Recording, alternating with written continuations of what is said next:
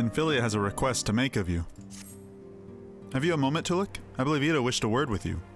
I should consider it a personal favor if you would lend a sympathetic ear to her troubles. She has not been herself since Moonbreeda's passing, and my heart aches to see her so downcast.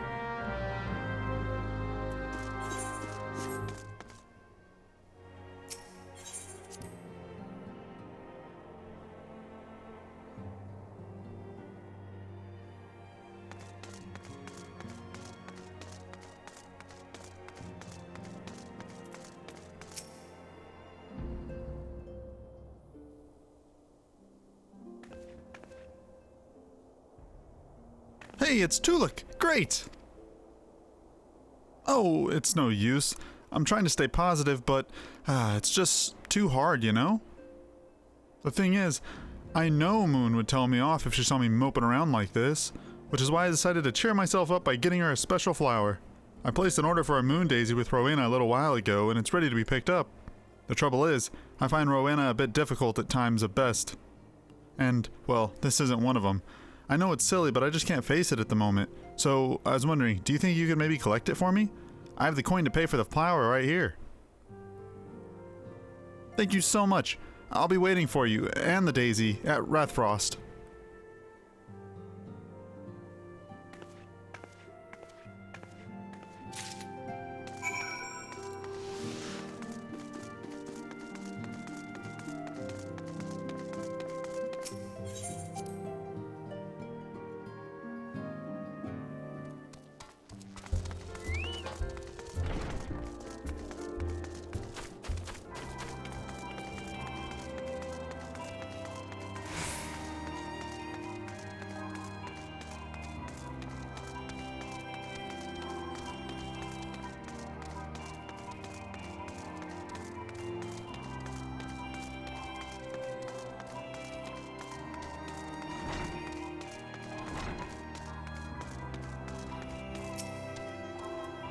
What can I do for you today, adventurer? Eldritch trinket to trade? Eh? They've got you running errands now? Them signs really know how to make the most of your talents, don't they? Sending the savior of Eorzea to the bleeding market. Fine, use your time, that is.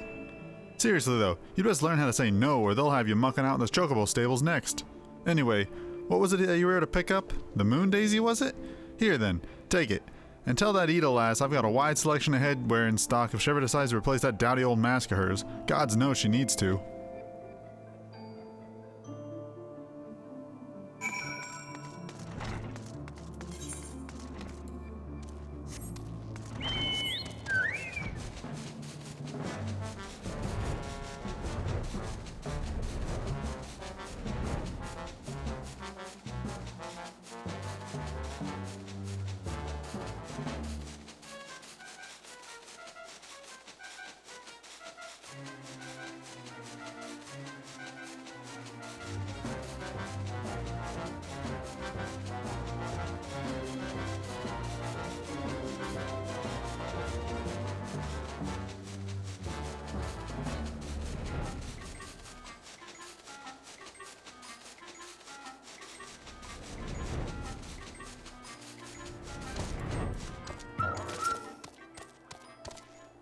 Rowena can be so annoying.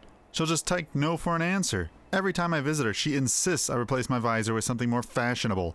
And when I tell her it's fine just the way it is, she says it again and then again and then again. It drives me crazy. What I mean to say is, I really appreciate you doing this for me. So anyway, let's see it.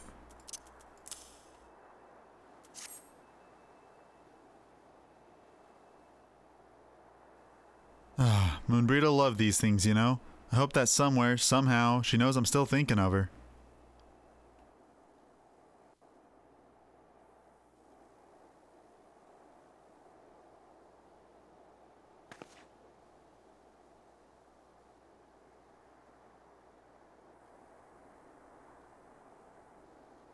I'll never forget you, Moon. None of us will.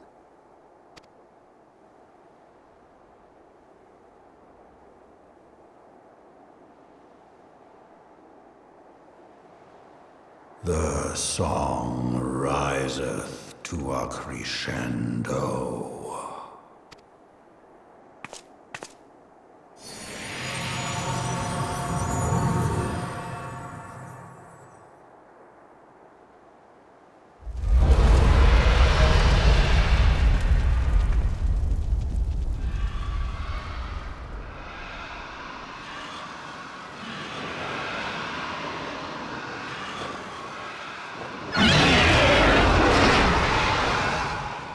that what I think it is?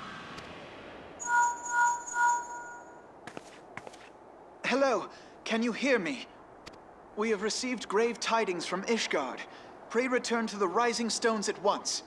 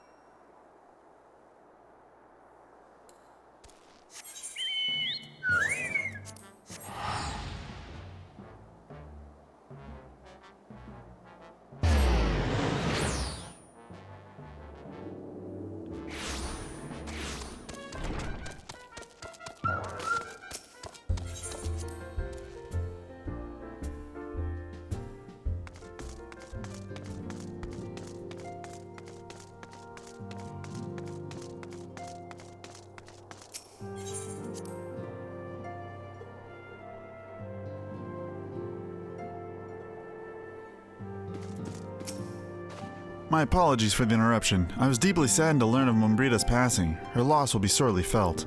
Alas, recent developments in Ishgard leave us little time to mourn. The envoy from Coerthas will arrive soon, and we must hasten to hear her report.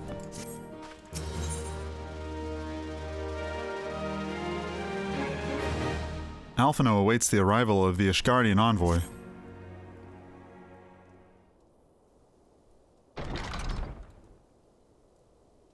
The envoy is here.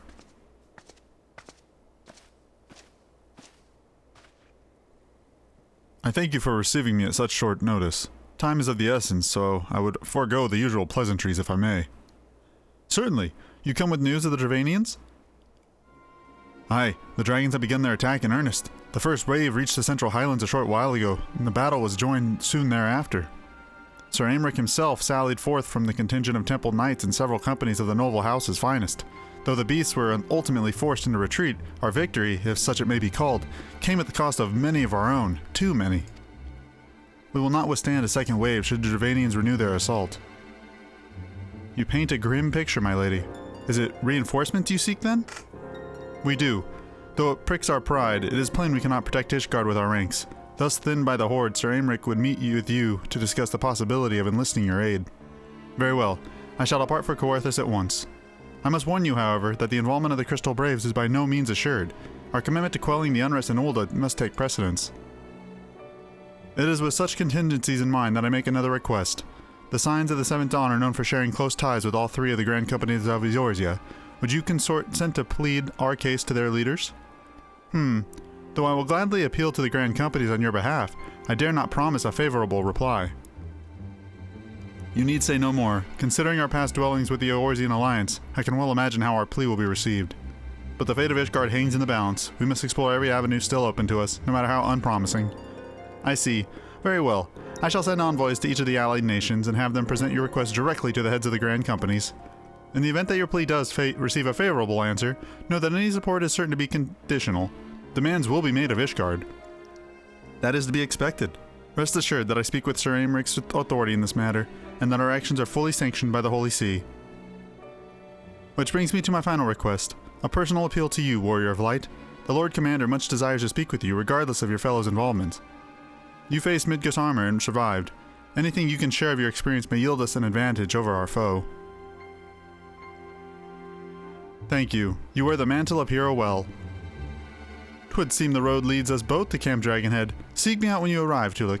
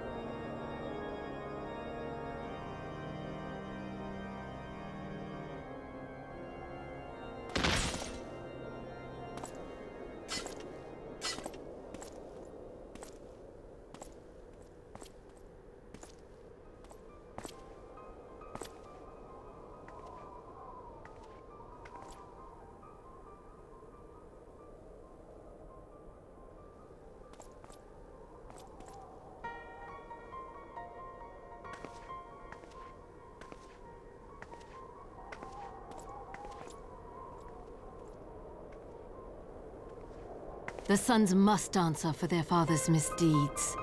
Only then will the cycle be broken.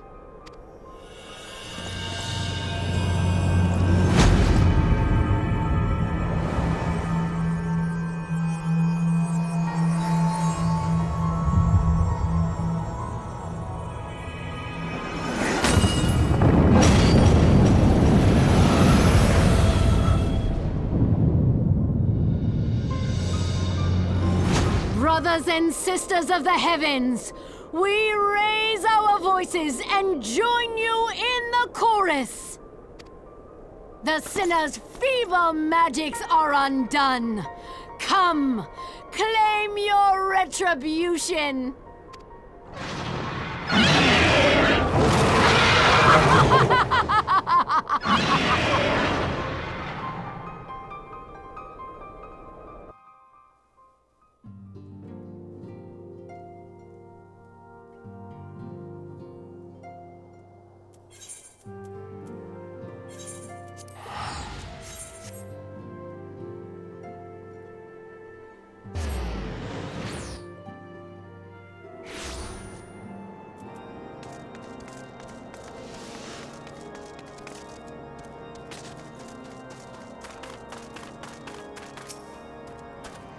It seems I was the swifter, Tolucc. You too, however, have arrived with time to spare, for our host to yet make an appearance. The murmurings about camp tell of some manner of trouble at the gates of judgment. In the Lord Commander's absence, I suggest we visit that place and find out what is afoot.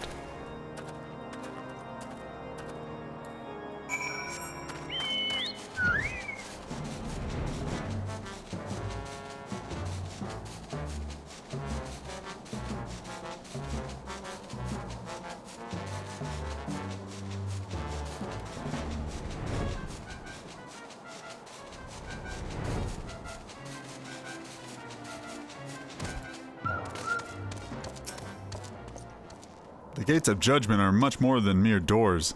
They are the outermost layer of Ishgard's magical wards. If our first line of defense can be so easily shattered...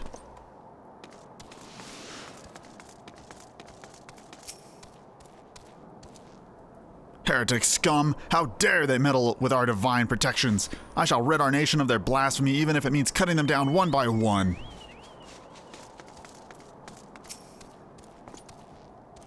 We need not fret over much. There are several layers of arcane protection that shield the city from invasion.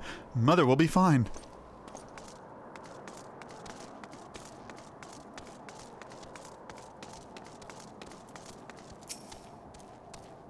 When I laid eyes upon Lady Iceheart, I felt the marrow freeze within my bones.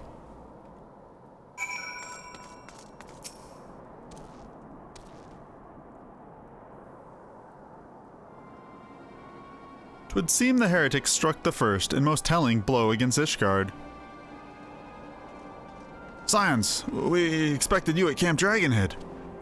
My apologies. We chanced to hear that there had been trouble at the gates and thought it prudent to investigate the cause. Then you have learned of the heretic's treachery. Lady Iceheart led a force of her followers against our defenders and came close enough to dispel the first of our wards. But let us speak more of this back at camp. Sir Aymeric awaits you.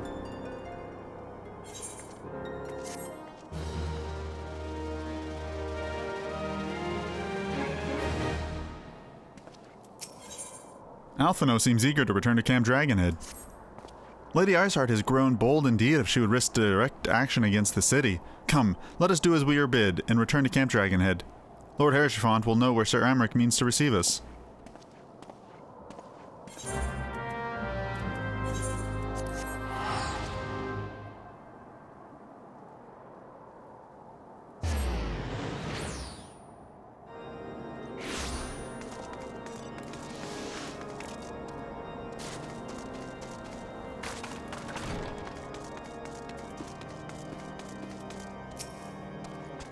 "'Tis reassuring indeed to behold the countenance of a friend when one's homeland teeters upon the very brink of disaster.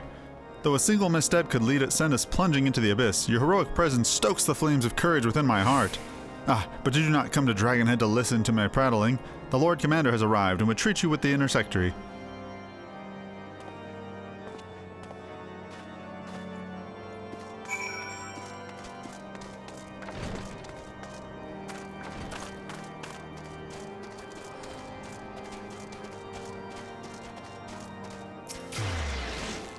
Greetings, madam. Shall I show you inside?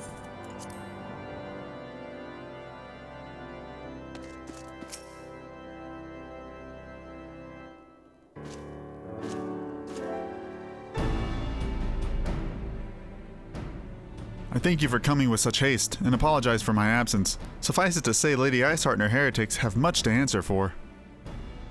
Yes, we are but recently returned from the gates of judgment ourselves. Given the circumstances, we would quite understand if you would prefer to postpone our appointed audience.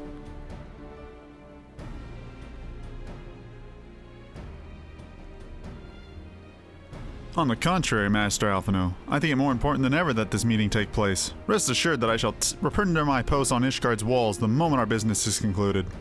Before we move on to the subject of reinforcements, however, I would introduce you to a close friend and a stalwart ally, Estinian.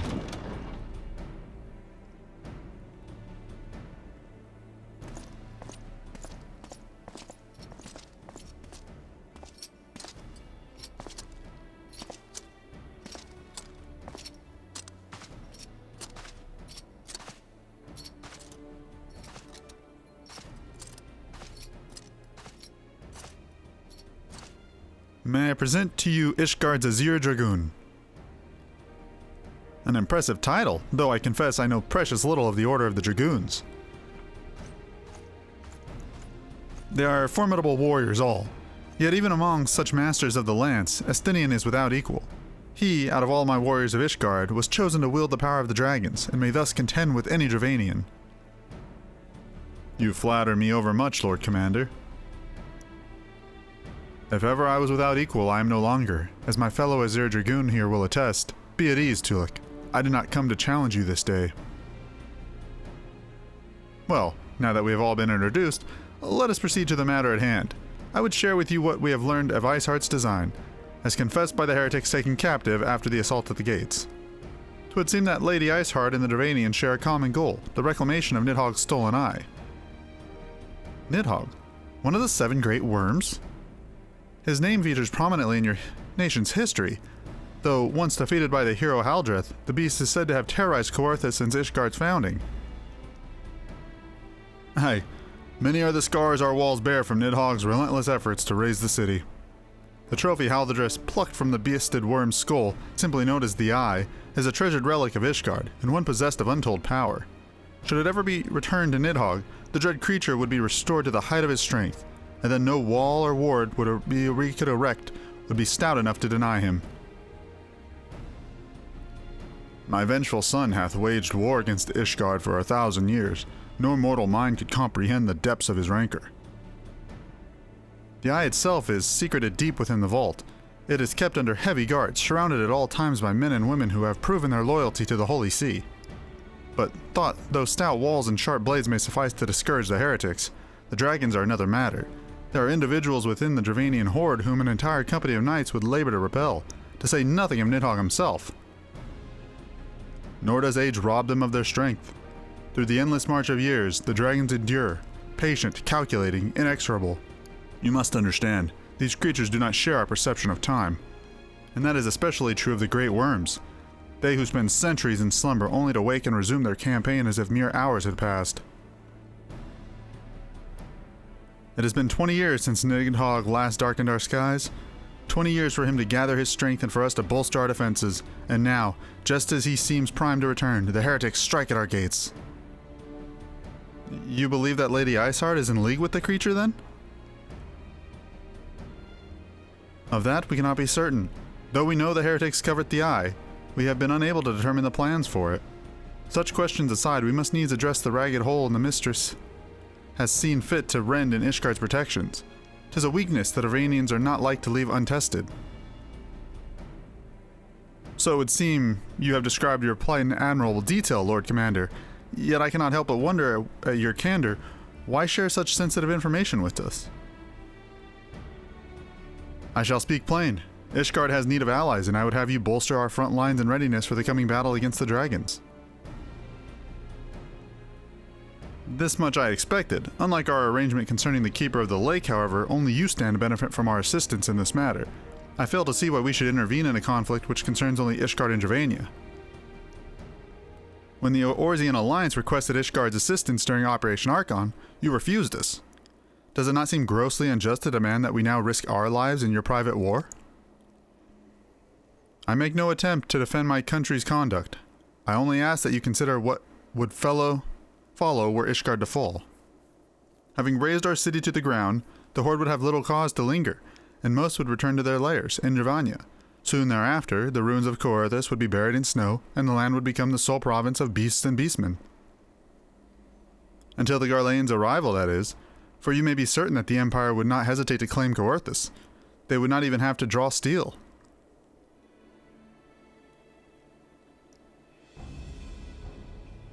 An imperial province sharing the border with Mordona, 7 hells.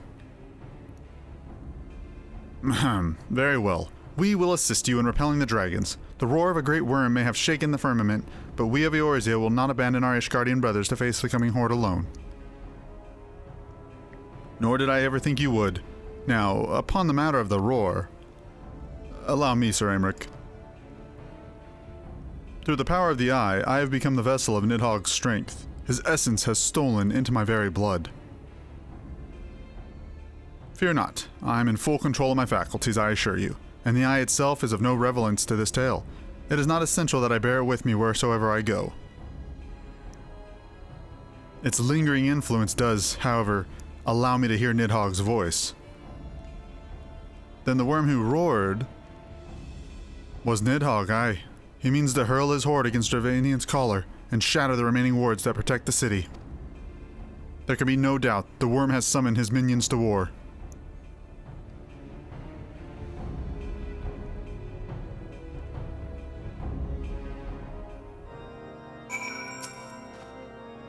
Though the circumstances are far from ideal, this desperate endeavor will at least provide us an opportunity to bring the sister states of Eorzea together in common cause. Sir Aymeric was more ruthless in his negotiations than I had anticipated. I suppose one must give no quarter when one's home is at stake. But did you see the look on his face when he formally requested our assistance? Though the Lord Commander has long campaigned for Ishgard to open its gate to outsiders, I suspect this softening of the Holy See's attitude towards foreign cooperation comes at something of a bittersweet victory. The days ahead promise to be interesting indeed.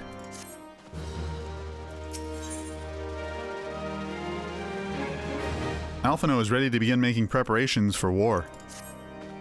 If we are to aid the Ishgardians in this war of theirs, preparations will have to be made, and soon. Before proceeding, however, we must needs return to the Rising Stones and make our report to the antecedent.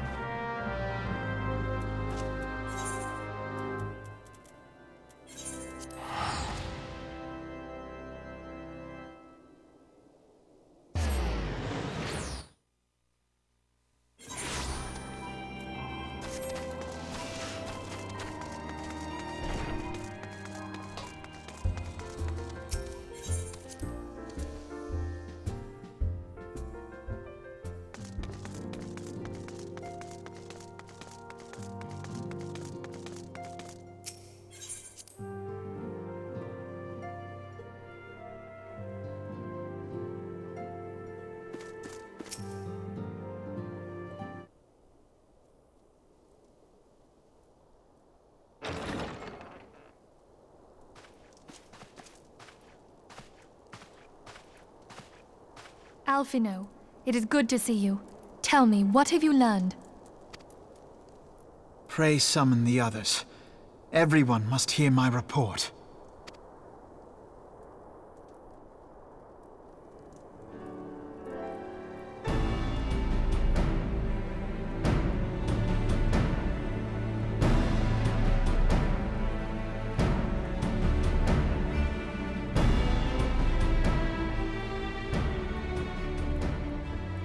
So this was all but a taste of what's to come. Indeed. The main host advances upon Ishgard as we speak. Whose vaunted defenses have been nullified.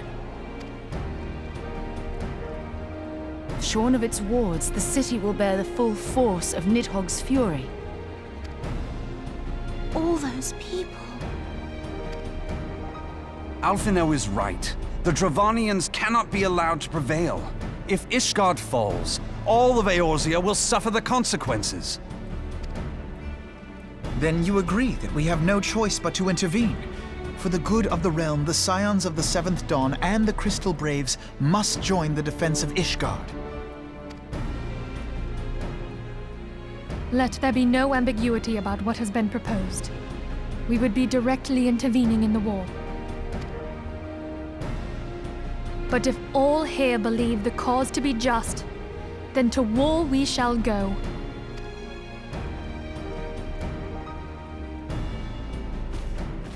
The path we now embark upon is perilous, but I pray you will walk with us to the end.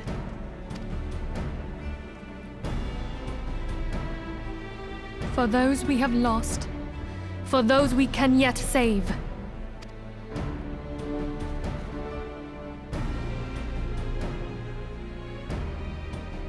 Then it is settled. I shall inform the Council of our intentions and request that they contribute their own forces to the defense of Ishgard.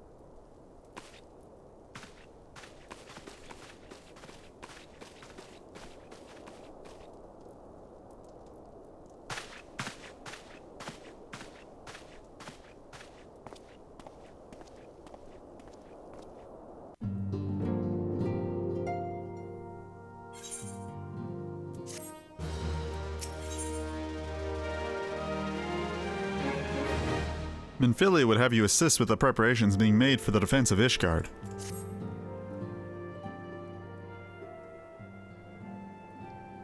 I have bid the Archons travel to their assigned nations. Should the members of the Alliance agree to pledge Grand Company soldiers to Ishgard's cause, our comrades will be on hand to act as intermediaries for the duration of the conflict.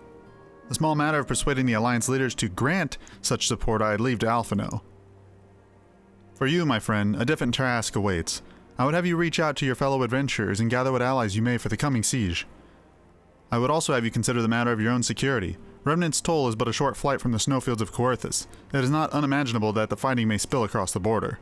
Pray, brief Slaffborn on the brewing conflict and discuss potential contingencies. The frontier settlers must be prepared for aught that might wing its way over the walls. I only hope that such precautions prove unnecessary. But before you leave, might I suggest that you have Tataru accompany you? She has a talent for administration, and a firm grasp of the practical challenges we may encounter.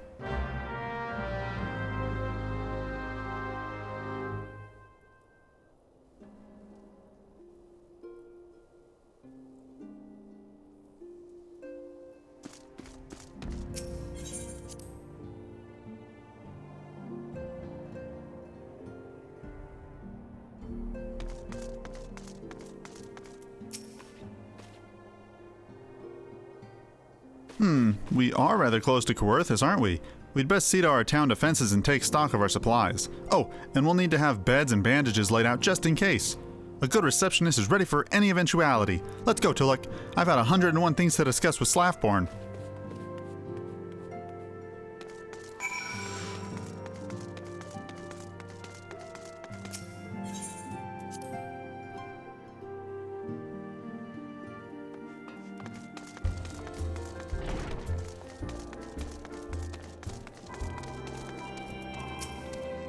I appreciate the warning. If war is coming to Coerthas, then the toll must be ready. I'll increase the number of patrols and lookouts immediately. I'll also see about finding room for an infirmary as well as temporary housing for victims of the conflict. Ishgard has done well by us in the past, and I'd return the favor. But as for rounding up volunteers for the fighting itself, I'm afraid I must disappoint you. I'll not send my fellow guild members to die on Ishgardian soil, and I'm certain headquarters will say the same. There'll be no official Adventurers Guild presence at siege. That said, each adventurer is of course free to do as he or she will. I shall have a word with some of my more capable colleagues on your behalf, and you might try your luck here in Remnant's Toll. I dare say there are a few stolls who, about town, will answer your call to arms.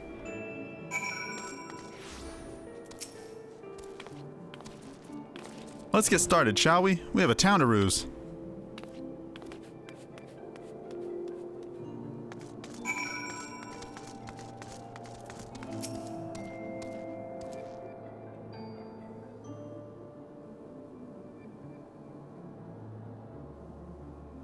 Spare me your talk of glory and fame. I'm not in the habit of volunteering for lost causes. I've survived this long by trusting my instincts, and my instincts tell me to stay well away from Ishgard.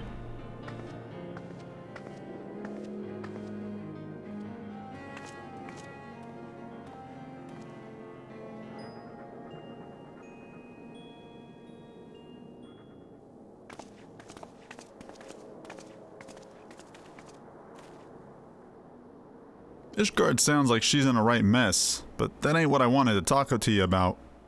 I need you to cast your mind to that scuffle with the Empire out by the processing plant. A lad from Little Alamigo by the name of Wildred was there with the fort that day, and I want to know if you've seen him since. Have you? Gods damn it, I feared as much. No one's bloody seen him. It's like the ground opened up and swallowed him whole. But that ain't all. Around the time Wildred stopped turning up for duty, them black market weapons went missing from our vault in Ulda. So now, of course, half the brave suspect the lad of making off with the goods. Folk like to believe our company's a disciplined fighting force, but as you and me both know, it's no more than a motley collection of mercenaries, adventurers, and Grand Company veterans. The only thing that binds us together is some vague oath about fighting for freedom of all, and that and steady pay. Now, compared to most others in this crew, Wilred's a fresh-faced novice, a bleeding whelp amongst wolves. But the boy's got passion. When he talked about being a guardian of Eorzea, he bloody well meant it. A lad like him wouldn't rob us blind and bugger off like that. He ain't the type. And then, and this is just between you and me, mind, there's the fact that the lad wanted to tell me about something queer he noticed in the ledgers. Something about the Braves' numbers not adding up. There's a villain at the end of this trail. I've stumbled on and I'll bet my good eye it ain't young Wilred. Any road, you've got a war to wage, so I'll let you get on. I just thought someone should know. I'll be seeing you, Tolucc.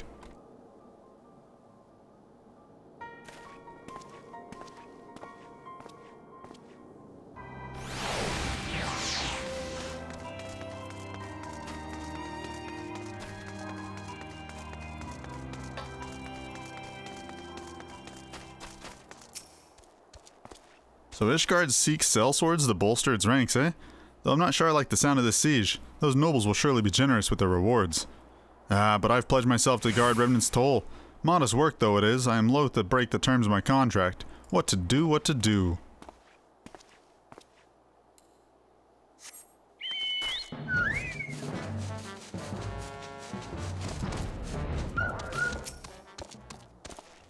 Sell me blade to the Ishgardians? Well, them dragons are a fearsome lot, but I'd slay me fair share if the coin was good. I've worked for one of them knights before you now. Watched me like a bloody hockey did. Still, I'd put up with worse for that than a heavy purse.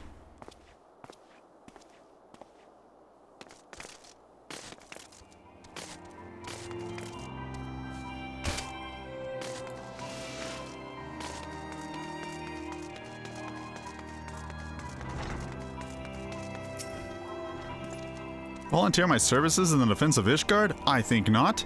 Dragons claim the lives of every one of my brothers. I do not mean to offer them mine. 'Twas to escape such a fate that I took up the mantle of adventure in the first place. I would sooner die in the pursuit of fortune than huddled behind an icy wall.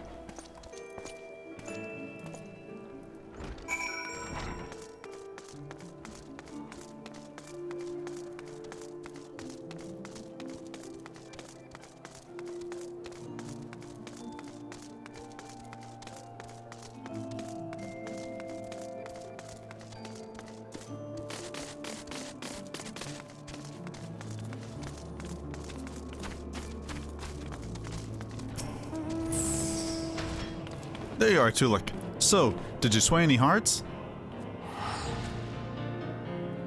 One or two, eh? Well, added to mine, that makes 3 or 4, not including Slafborn's friends. We won't have the largest company in the army, but I'd say one Remnant Stole veteran is worth a dozen clacking knights at least.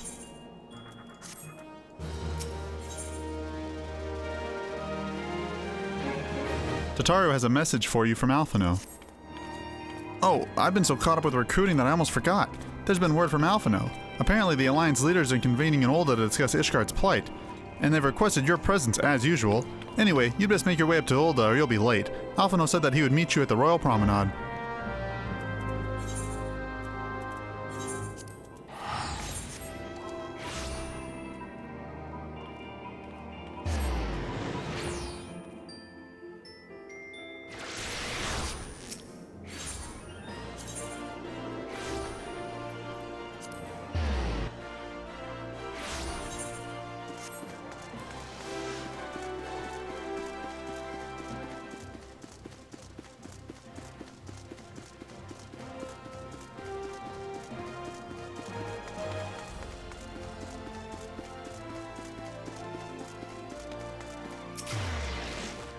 My apologies for calling you away from your tasks. I had hoped to proceed with these negotiations one leader at a time, but it seems my urgent requests for an audience have prompted a gathering of the council. Needless to say, I felt obliged to attend. The Alliance leaders are already seated within. Let us join them, shall we?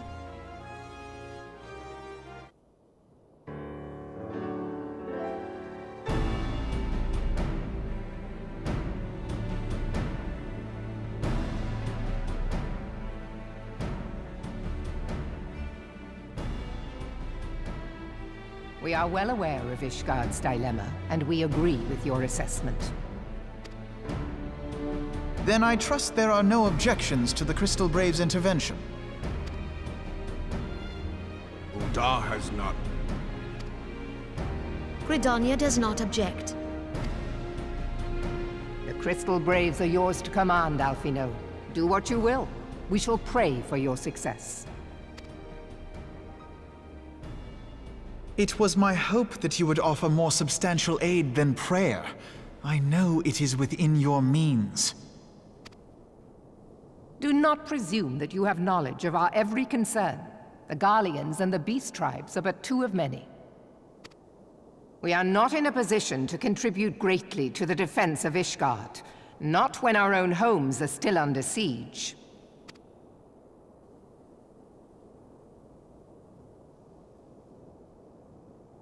We dare not leave our interests in Cartano undefended as well. Tolucc Adeleji and his ilk would seize control of the territories in our absence. The enemy is at their gates, and you would cower behind yours? No one is cowering, boy. We will offer what support we can. Aye, support. A handful of men and no more. Would that we could commit more than a token force to this cause. Yet there are others to whom you might turn. The free companies ever want for work. Ah, yes. The free companies. They're not like to turn you down. I beg your pardon? You would entrust the survival of Ishgard to sell swords? Crises like these are the very reason why this alliance was formed. It is our duty to aid our fellow man. My duty is to my country and my people. If you expect us to place the welfare of a foreign power above our own, you're going to be sorely disappointed. Lest you doubt, Limsa comes first, then the Alliance, and finally, circumstances permitting, Ishgard and the rest.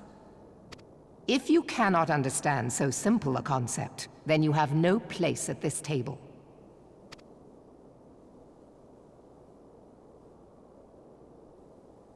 Forgive me, Admiral.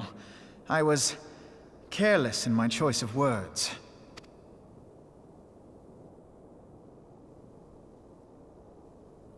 I suggest you assemble a party of elite adventurers, assuming you haven't already. Your fellows served us well during Operation Archon. I dare say they will do so again.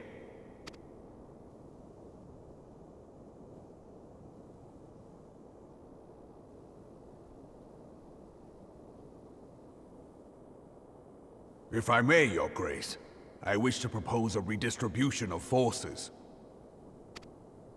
If we entrust the security of Ul'dah to the Brass Blades for a time, we can dispatch a larger force to Ishgard.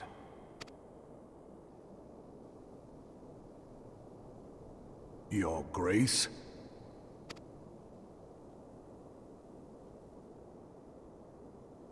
Yes.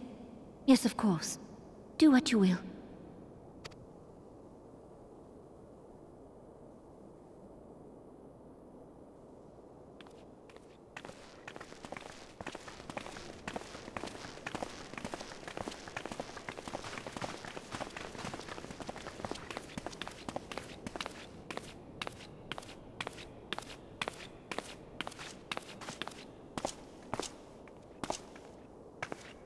Is Her Grace not feeling well? To the best of my knowledge, Her Grace is in perfect health. I see. Carry on.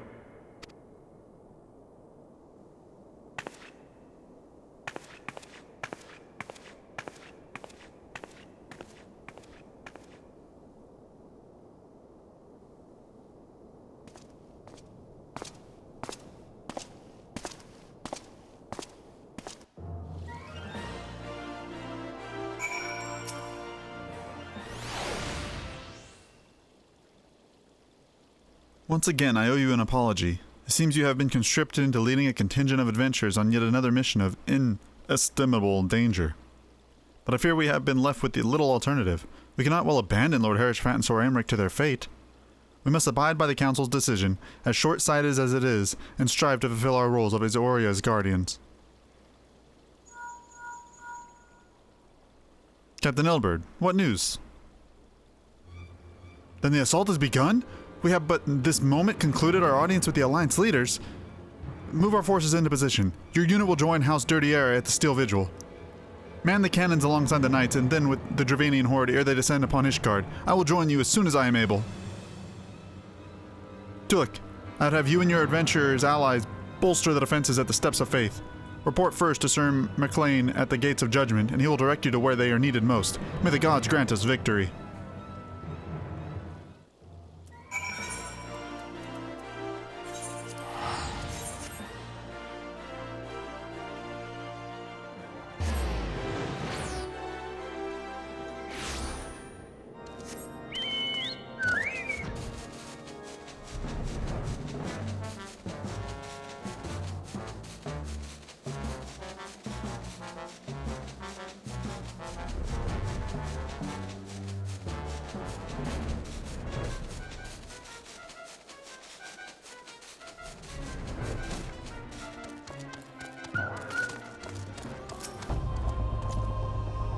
You're the appointed captain of the Sellsword contingent? Then welcome.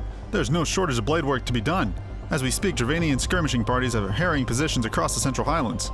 I've assigned the Crystal Braves and your fellow adventurers to contain these scattered attacks, and for the present, I'd have you join them. This is, of course, merely a precursor to the assault on Ishgard proper. The wily serpents seek to divide and confuse our forces, but we will not be able to so easily drawn out of position. The Temple Knights will remain on the Steps of Faith and continue our preparations. When the Horde arrives in force, they shall face a wall of Ishgardian steel. Report back to me once their advanced skirmishers are slain.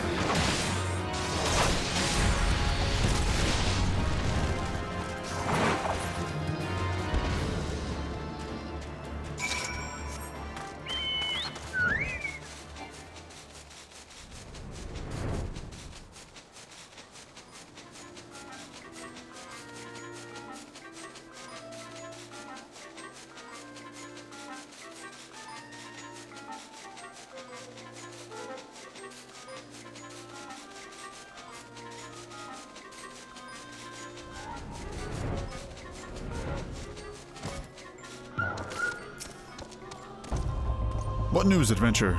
The reinforcements? Decimated, you say? Dravanian devils? Damn their scaly hides! Hold fast to your grief and fury, my lady. We will avenge the deaths of your fellows in the battle to come.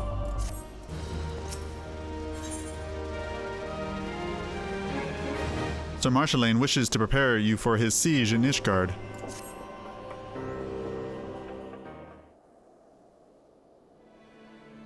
Ere you commit yourself to the siege, you should know what it is you are tasked with defending.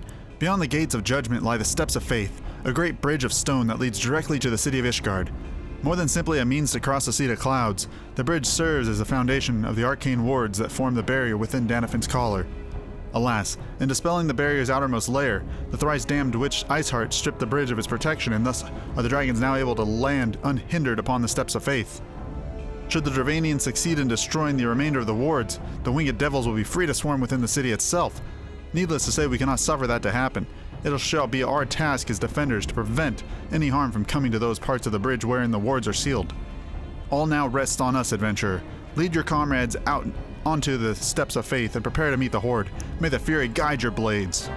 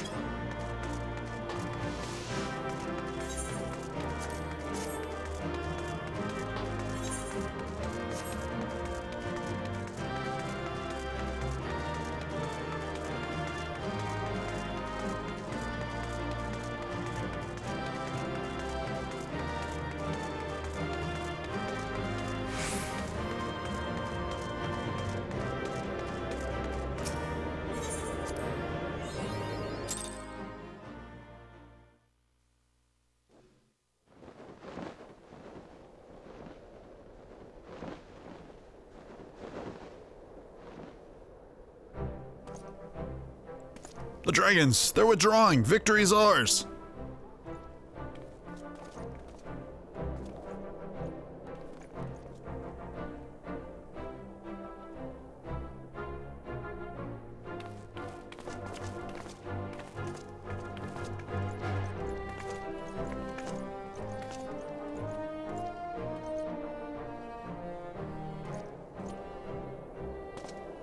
One of Nidhogg's greatest champions, slain.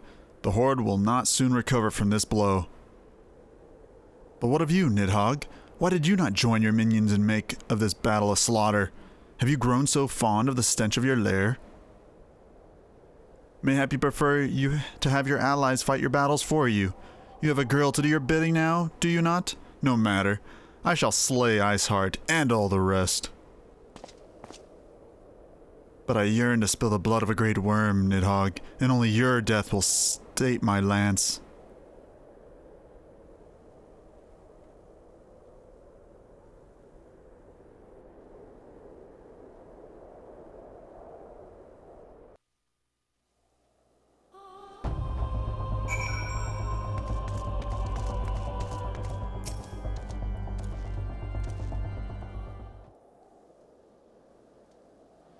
Tolucc, the dragons are routed. Lest you wonder, the fighting at the Steel Vigil was also fierce, but my crystal braves were not fond of wanting.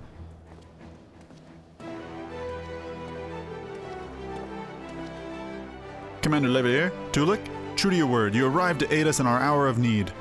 On behalf of the Holy See and the people of Ishgard, I offer you my humble thanks.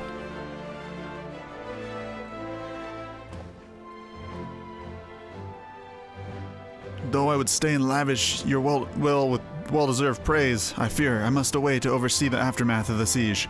Not all the dragons are fled, and there are yet wounded to be carried from the field. Pray, let us meet anon that I might express my thanks with proper courtesy.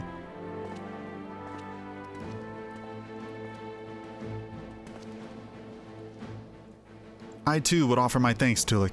Through your deeds we have achieved a victory of singular importance. With the Dravanian horde thus weakened and scattered, the threat to Ishgard has been greatly diminished. And mayhap equally significant, the Holy See must now recognize the necessity of cooperation with foreign powers. Long have they barred the gates against the outside world, but I am confident that the day will soon come when the Ishgard proclaims itself a member of the Orzorian Alliance once more. Much we have sacrificed in our struggles against the dragons and primals, the Ascians and the Empire, but step by unfaltering step, we march ever nearer to our goal. And as ever, the journey is made with you in the van. The victory you have won this day gives us a greater hope for the morrow. 'Tis a hope that shall sustain us in the days to come and bear us past the many evils that yet seek to hinder our progress.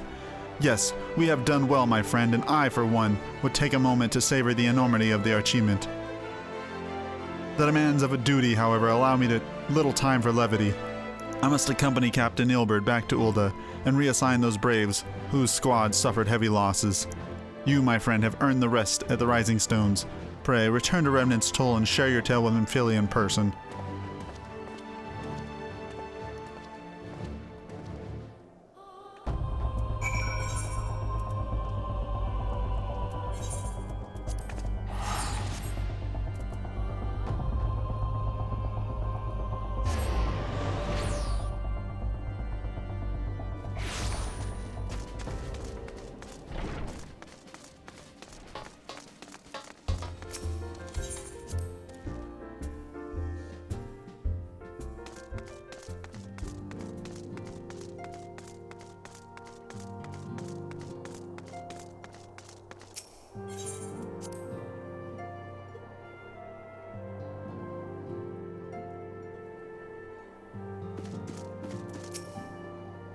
Tolucc, welcome back.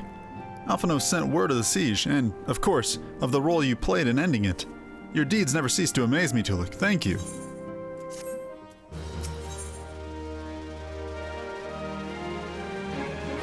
Minfilia seems loath to put you further to trouble so soon after your last great excursion.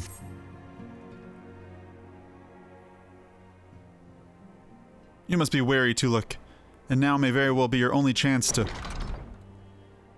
Antecedent!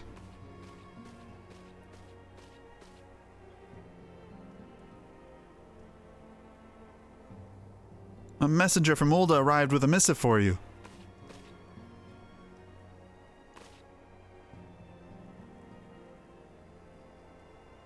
The royal seal. Curious indeed.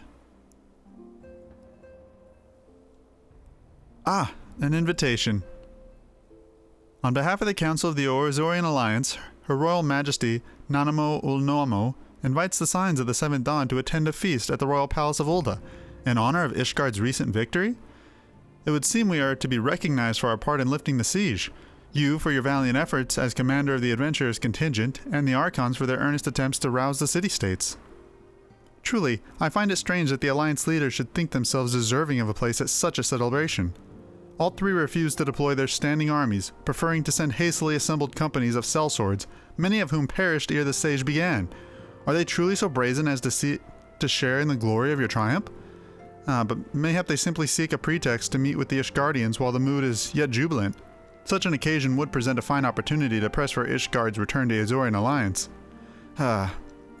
We have scarce had time to mourn Moonbreda, and I for one am in no mood to carouse, but I suppose we must put away our grief for the good of the realm. Though you were promised rest, I fear I must insist that you also attend. It would be a strange celebration indeed if the victorious hero were not present. Pray, content yourself with the thought that such occasions may bring about momentous change, and this without recourse to bloodshed. Tataru, if you would do me the favor of contacting the rest of the Signs? Of course, Antecedent. And please let them know if there's anything else I can do.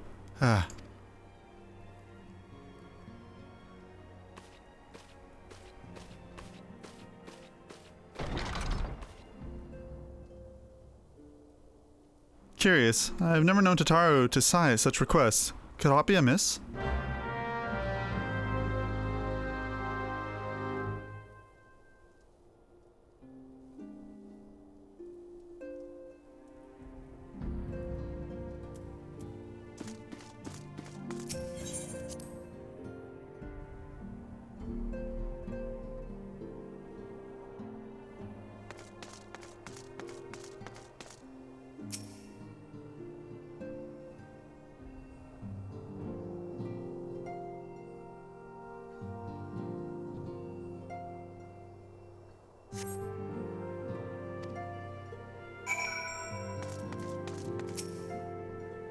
Tataru? I believe she just stepped outside. Now that I think of it, she did seem rather preoccupied.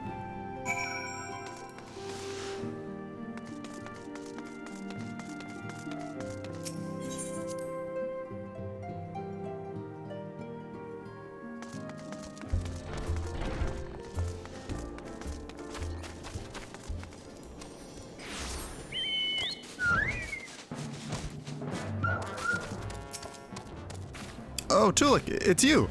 I didn't mean to worry anyone. It's nothing, really. Well, it's not nothing exactly, but it feels like nothing compared to the towering trials you and the others face every day. And that's why I should probably talk to Minfilia before things get any worse. You always know what to say, Tolucc. I'm glad we had this little chat.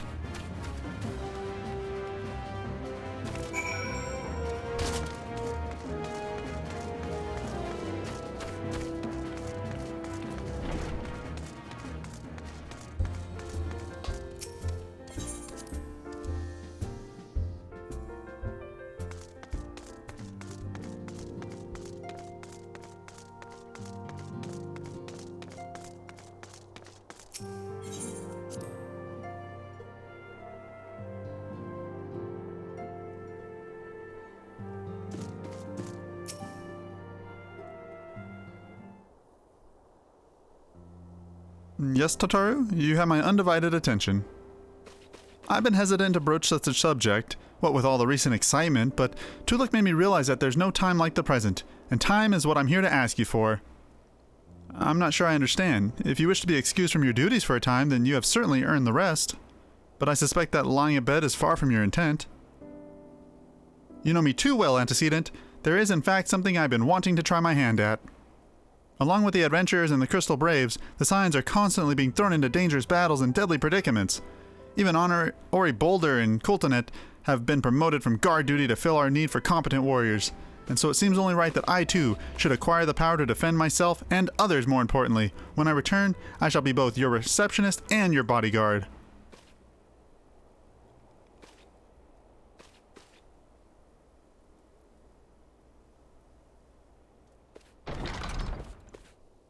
Whoa, hey!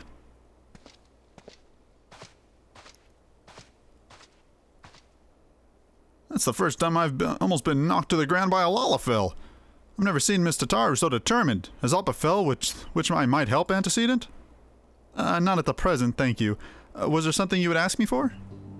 Oh yes, pray excuse my distraction. An adventurer who was to join us for escort duty was injured while out on patrol, and I fear we cannot properly defend the scholars entrusted to our protection without the aid of at least one more guard. Therefore, I humbly request that another adventurer, of the capable kind, of course, be assigned to our party. Very well. I shall consider the potential candidates and provide you with a replacement as soon as I am able. My thanks, antecedent. I take my leave of you.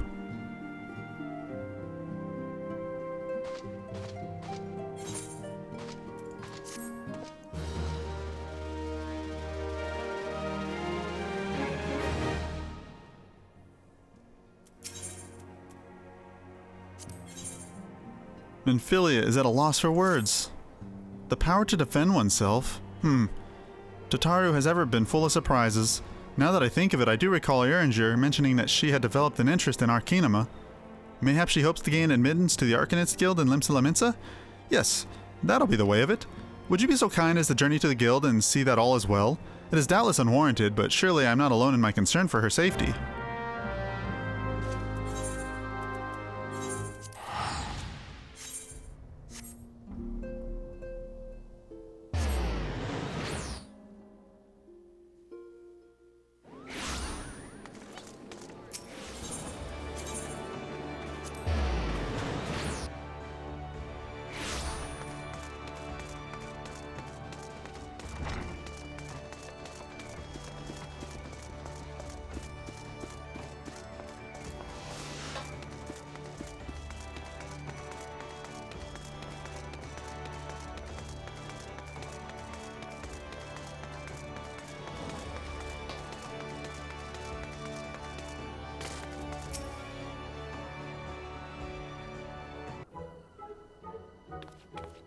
Tolucc, what are you doing here? I didn't mean for her to worry. That's the last thing I wanted. Putting an end to such worries is precisely the reason I'm here, don't you see? I, Tataru Taru, shall become a great and powerful Arcanist. And now, at Mistress Thurbijan's request, I must go and complete a special training exercise. Until we meet again.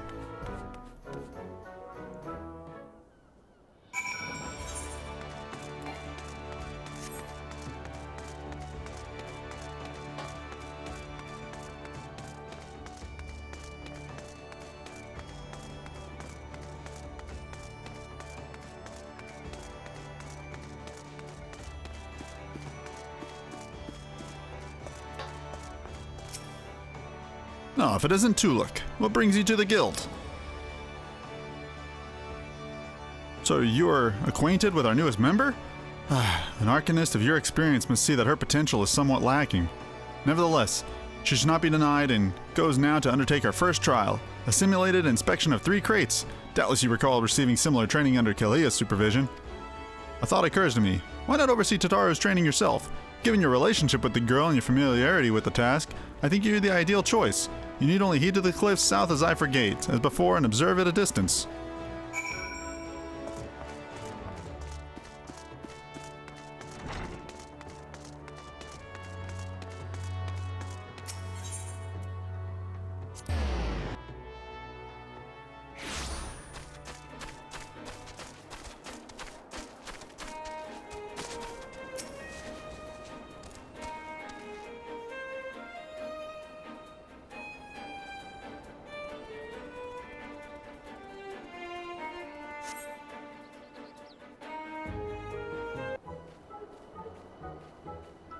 O'ers there sprees of pirates' ports, where she met her shining jewel. For to bring the smuggler's plans to naught, came the lass whom none could fool. Beat him with a backdraft, gut him with a gust, deck him with a downburst, go carbuncle go. Oh ho ho, are those crates I spy? Ah, and this must be the true test, but we're ready for them, aren't we, Carbuncle?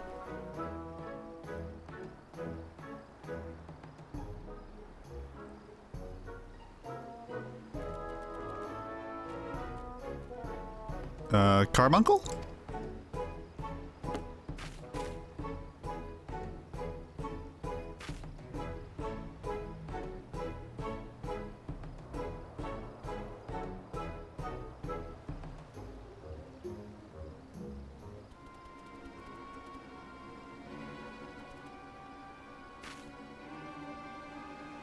Come back, Carbuncle, come back!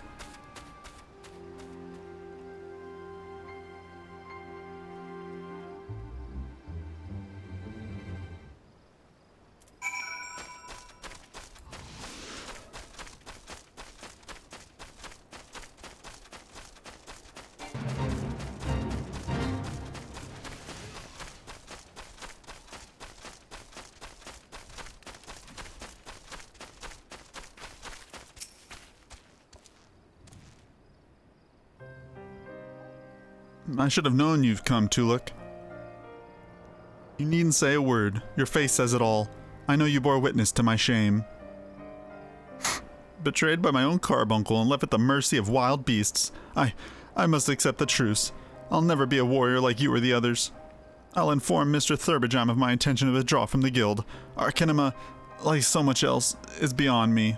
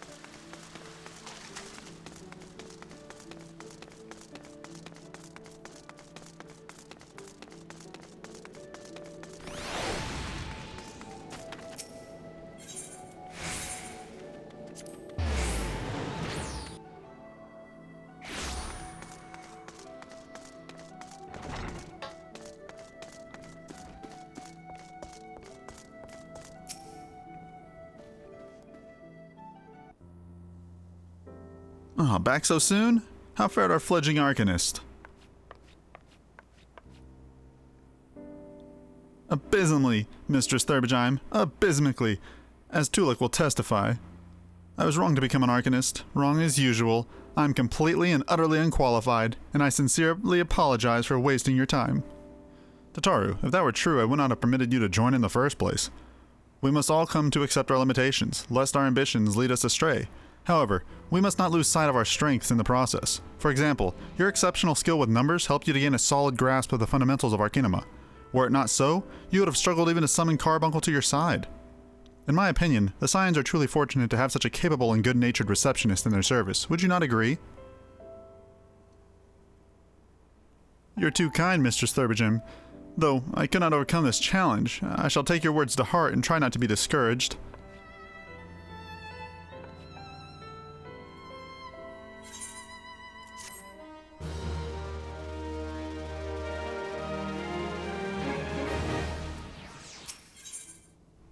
Tataru is considering her next course of action, and how you might aid her in it. As fetching as these garments are, I fear I shall never don them again.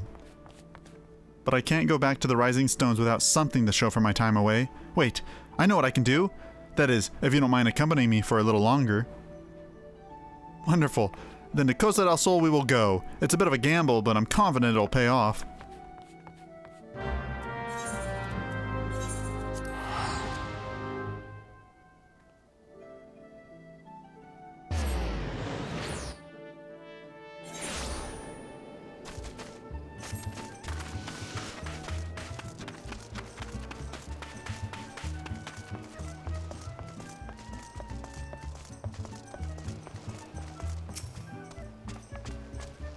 Yes, this is it.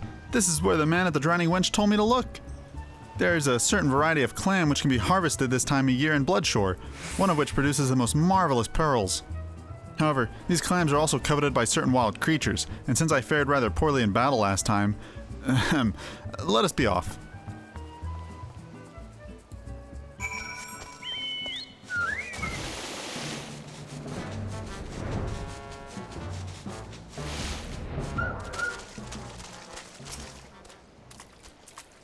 But Fortune, I've already found one. Would you be so kind as to keep watch while I work? This should only take a moment.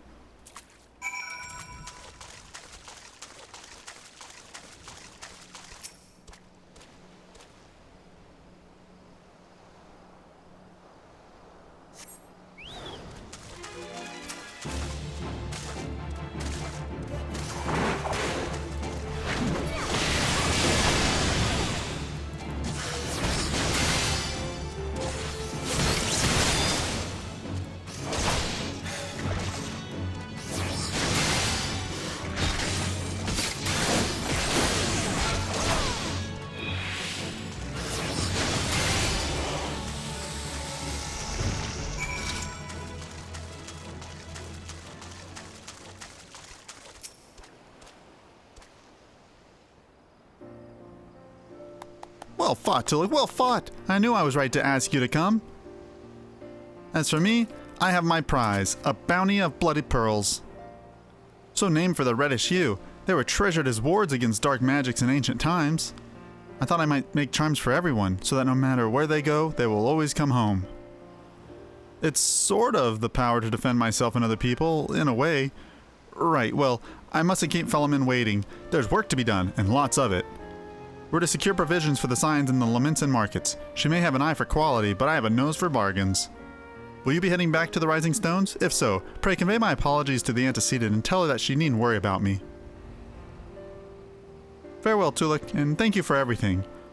That sounded rather final, didn't it? How about, until we meet again?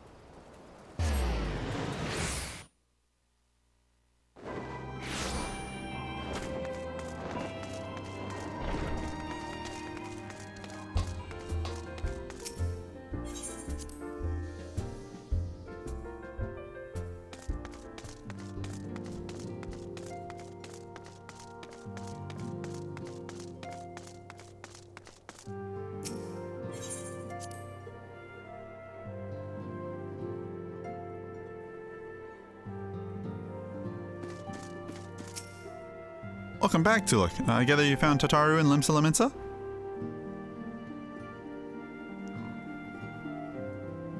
My, it sounds as though she had quite an adventure, and while it did not end as she hoped, I suspect it'll prove to be a valuable experience.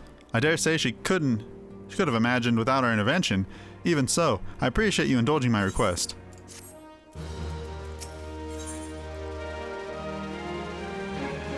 Menphilia is eyeing you with a mixture of regret and desperation.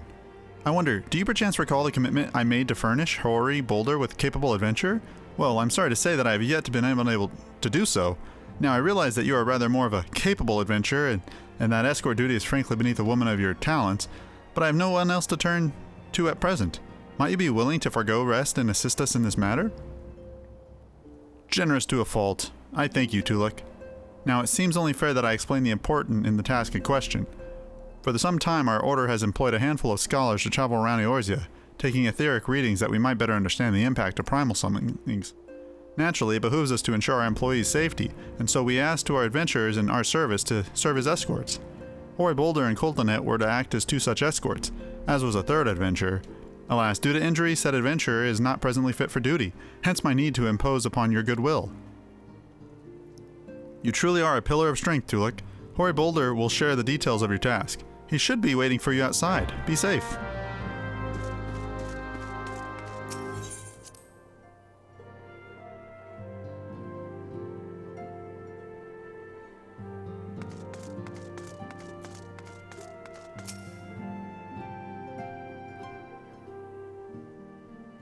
Ah, Tolucc, is it true that you agreed to lend us a hand? Huzzah! What did I tell you, Coltonet? Our misfortune has become a blessing, an opportunity to serve alongside the warrior of light herself. Need I remind you that we have 3 scholars to escort, each of whom will take a different route? True, but our mission is the same. Separated by moms we may be, but in spirit we shall be together. If such thoughts bring you joy, you are welcome to thank them. To more practical concerns, Tolucc, we would have you attend to the scholar charged with surveying the South Shroud. He is waiting at Camp Tranquil as we speak. All you need to do is follow the man. He'll determine the most appropriate location to take his readings. In spirit, Tolucc, in spirit! We shall be together every step of the way.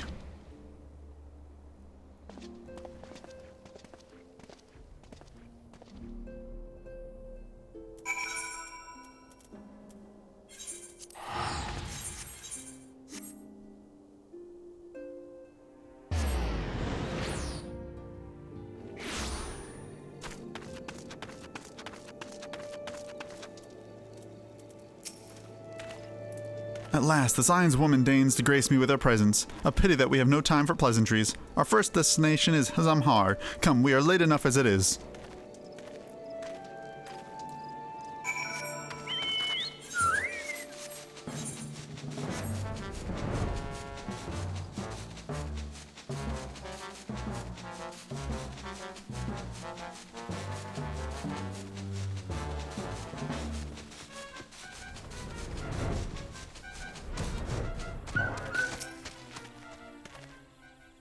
Yes, this location should suffice. Once I finish calibrating my instruments, I will require but a moment to take necessary measurements. I trust I need not explain that my work can suffer no interruptions? Then please, stand at an appropriate distance and keep watch for wild beasts.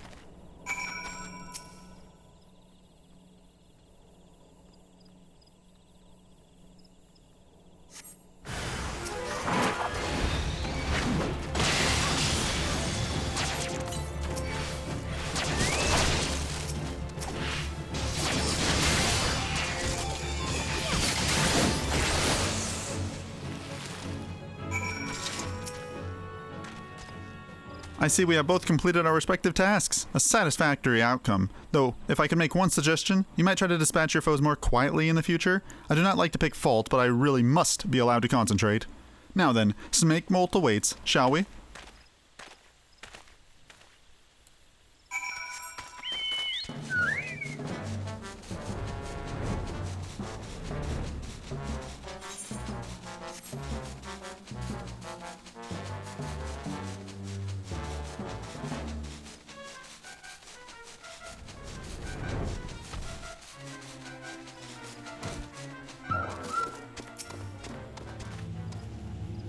Right, about here, yes. As before, I would ask that you keep an eye out for dangerous beasts as I work.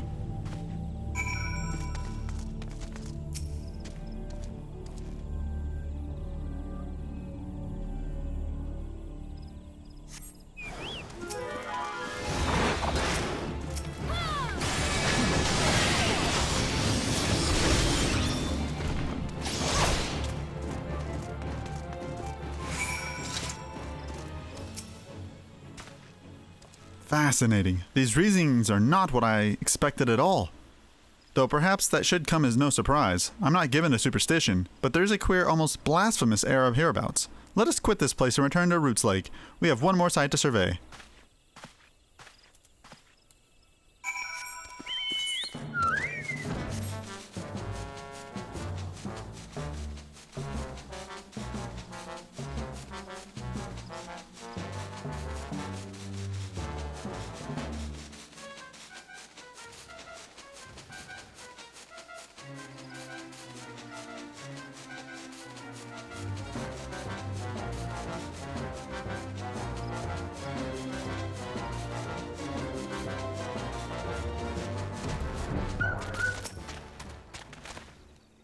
As before, my guardian, pray lead me to my task and ensure our safety.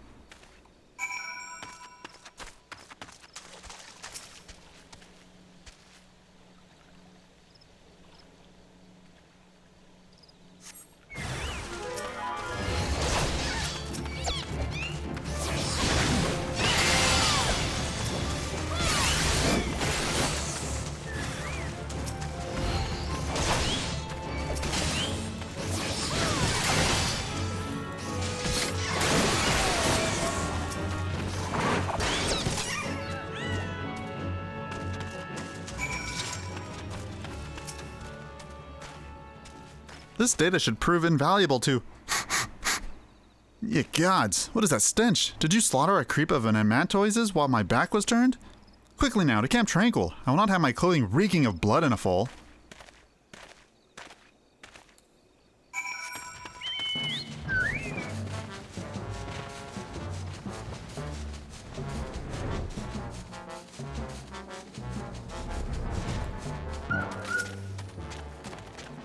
You chose the paddle in the Icarel whale longer. I take it, no matter. I took advantage of my unexpected privacy and performed a accuracy analysis on my data. It would appear that there have been a measurable decrease in Eorzea's ambient aether concentration since the calamity. However, this data is far from conclusive. We must take additional measurements to confirm my assessment.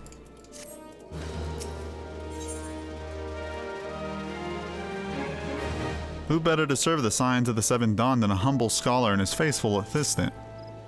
For our next survey, I would have you escort me to Earth's fount. The ambient aether concentrations there are so high that crystalline structures form spontaneously. Consequently, anomalous fluctuations should be much easier to detect. Brilliant, yes? No, don't bother answering. That was rhetorical. Now come along.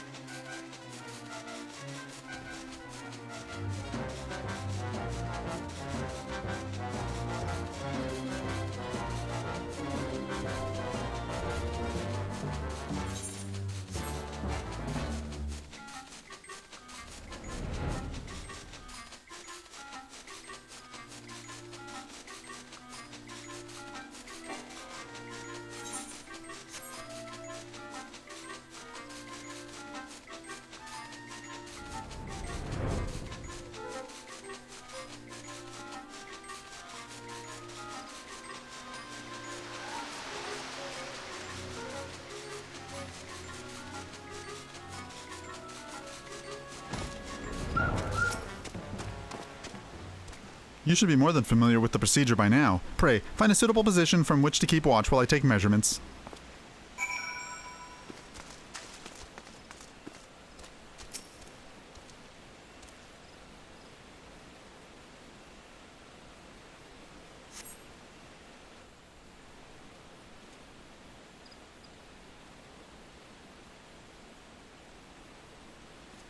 Yes. Quite high, yet still remarkably lower than the historical measurements taken near the end of the 6th astral era. Could the presence of a primal account for the difference? Or is there something else? Something else?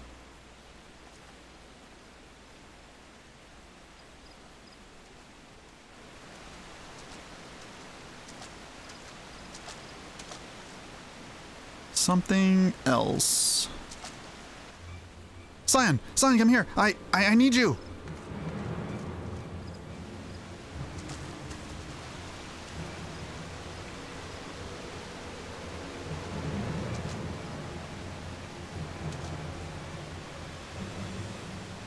Fear not, my friends, help has arrived.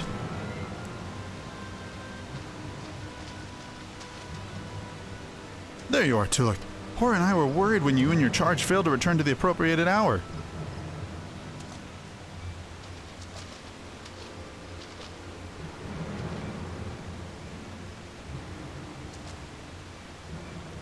Gutted like a hog. But not by one. No, these wounds were made with a blade. Doesn't look like he put up much of a fight, neither. Nary a mark on his sword or his shield.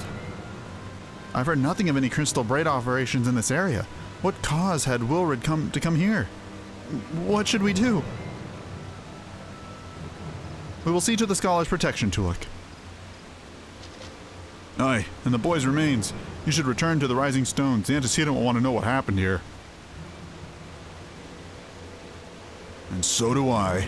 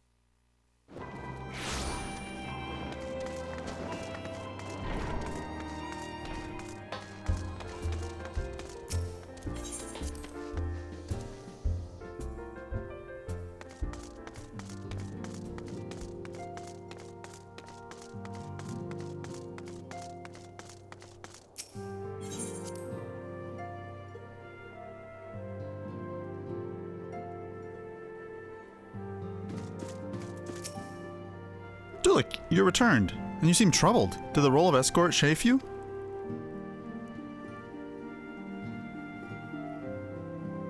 Wilred dead? Mayhap murdered? By the 12, how can that be? I'll send word to Alphino at once. He'll want to conduct a full investigation and send word to Wilred's family. Gods, he was just a boy. Who would have done this, and why?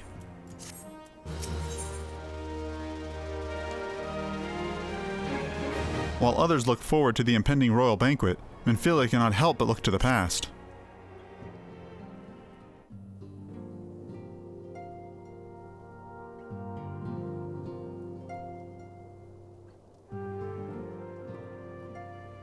Though recent events weigh heavily on our minds, we must needs set them aside for now.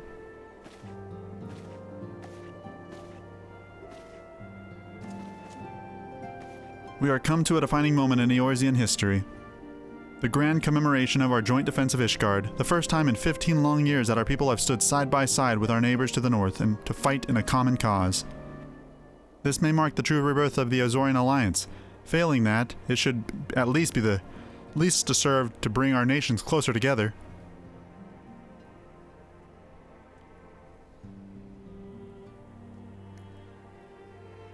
We have every reason to raise our voices in celebration, do we not? We have bested Dravanians and Ascians both. Against desperate odds, we have fought and won. But the Primals still plague us, and the Empire still plots our subjugation, and our triumphs, remarkable though they are, were bought at a terrible price. Brave adventurers and allies, broken on the steps of faith, and before our eyes, in this very room, our dear friend Moonbreda. This is a victory we have wrote, and it is bitter ashes in my mouth. I would sooner stay here and invite those with more appetite to enjoy the feast in my stead. Alas, it is a royal banquet, and all of our allies will be in attendance. It is our duty to represent a united front, that we might serve as a beacon of hope to all.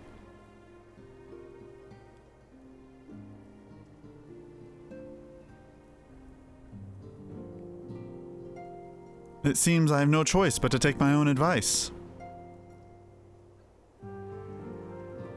I instructed the others to meet us in Ulda, that we might make our grand entrance together. Unfortunately, I had to settle for leaving Tataru and Leman a note. If they do not return quickly, they will have to settle for whatever leftovers I can smuggle out of the frequent chamber.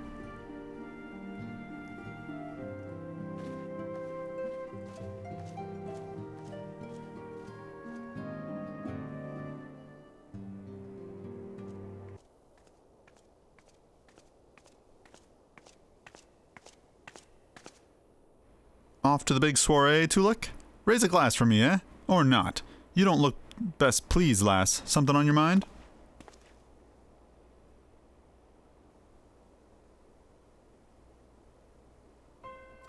By the Navigator! Worad's dead? Gods damn it! They must know they've been rumbled. I mean, sod it. 'Tis past time we had this talk. Our last conversation, I got to thinking about where certain funds were coming from, so I had to dig around, on the quiet like, and sure enough I found it. Seems a fair bit of coins made its way into the Braves' coffer, courtesy of a Dodo consortium. A daft name for a business if I ever heard of one, which is what first gave me an inkling that something weren't right. So I went through the ledgers again, and found another half-dozen donations from the organization with stupid bloody names. Didn't take long to find the common thread. All were owned by the Mirage Trust. Oh, I'll give that bastard credit. He showed us up for the amateurs we are. Short of calling one of his businesses the Bloody Bribery Consortium, I don't know what more could have been done to mock our rules on financial contributions. The gods only know how many men of the first and third are taking Telagi's coin, but now that we know some of them are, I'd wager my right eye that they were the ones that did Wilrid. The earnest young fool had taken to asking the wrong kind of questions. Bound to attract attention he was. Should have seen it at the time, but I didn't. Gods damn me. Still, I don't see what Telagi helps to accomplish. He hit his scheme with all the care of a drunk pissing into the wind. No, he's cleverer than this, so we need to be clever too. That's the only way we'll ever repay this debt of blood. We'll purge every one of them traitorous bastards from our ranks. On that you have my word. And Tolucc, mind yourself when you're in Ulda, eh? We're heading into a storm, I can smell it. The kind what'll sweep a man overboard and drag him under before he knows it.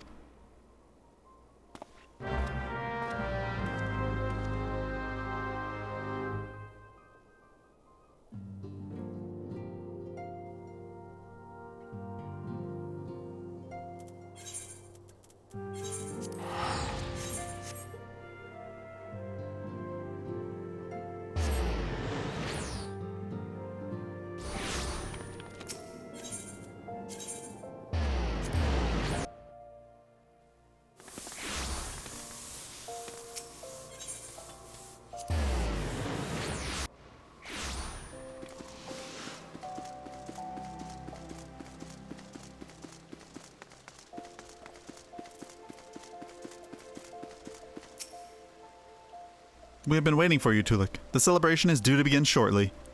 I had hoped that we might make our introductions together, but Mistress Momodi just sent word that you were needed at the quicksand.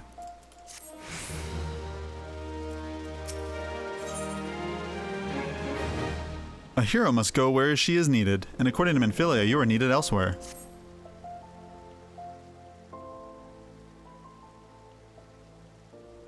We will go on ahead, Tolucc. Pray, join us once matters at the quicksand are resolved.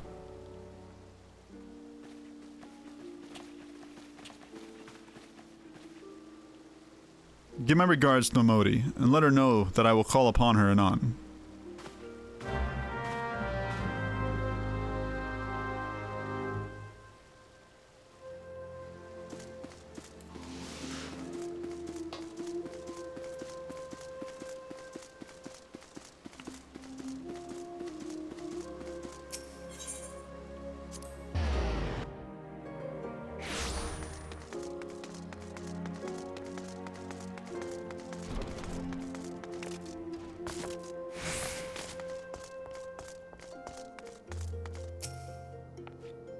I appreciate you dropping in on such short notice, Tolucc. I know you've got places to be, so I won't waste your time. You're friends with a crystal brave by the name of Alien, aren't you? Former adventurer? Come to think of it, I'm pretty sure you recruited her yourself. Well, anyway, she came around for a meal not so long ago, and before she left, she asked me to give you a message. Said if the others ended up dragging you to the feast, I was to see you got it before you made your grand entrance. Meet me at the station west of the Coffer and Coffin. There's something I must show you. A short message, I'll grant you, but she thought long and hard before picking those words. Barely touched her food, too. Under other circumstances, I'd have thought those signs of a troubled heart, but something tells me she ain't planning to ask your thoughts on a gentleman caller.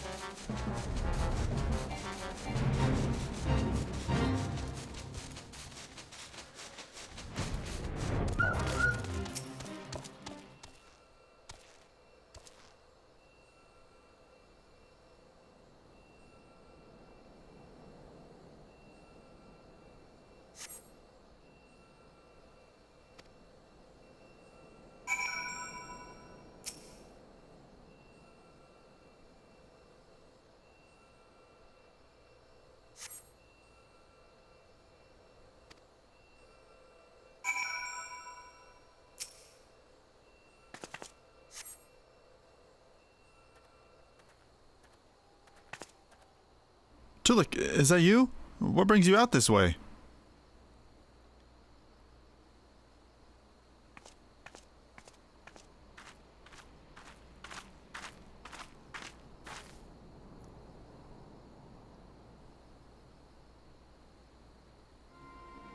Lieutenant Alianne? Why no, I haven't seen her about. Had she come this way, I guarantee we would have crossed paths. I must have passed this spot a dozen times. We're to patrol the city's environs on account of the royal banquet. Captain's orders, you understand? Speaking of which, isn't it about to begin? You should be with the other honored guests enjoying your well-deserved respite. Hey, pray return to Olda, Tolucc. If I chance to meet the lieutenant, I'll tell her where you were here.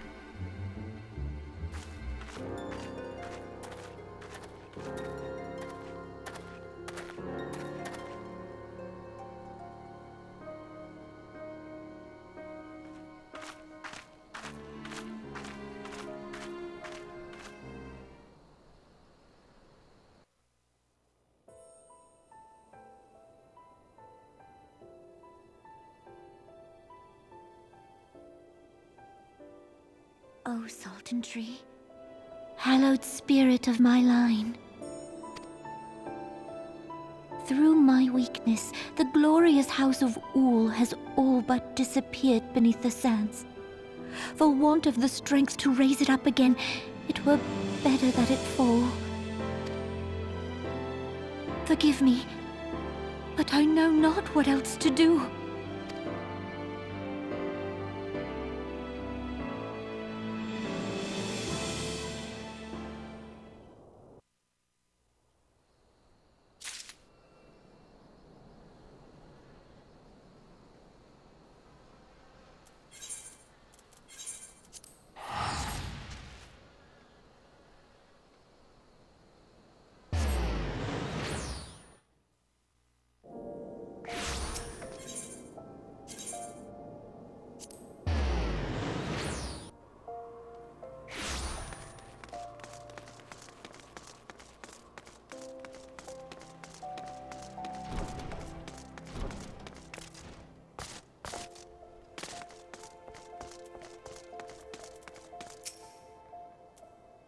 I reckon you'd head straight to the feast after meeting with Allianne. What's the matter, no appetite? So she wasn't there, but this was? Let's see. Looks to me like an alchemist vial, but beyond that I can't say. Might be best if you hold on to it for safekeeping, though. Any road, no use worrying about Allianne. I'm sure she'll turn up before too long, and when she does, we'll soon find out what was all in aid of. Besides, you've got more important things to think about.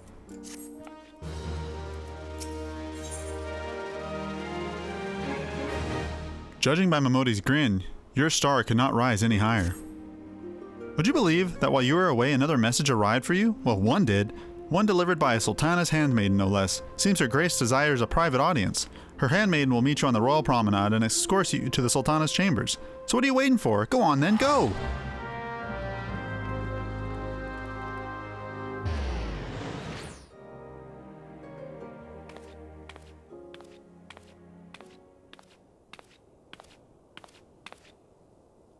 You needn't trouble yourself so. Your Grace is most kind, but it is no trouble to me, rather an honor. If your Grace is ready, I shall summon the Warrior of Light. I am.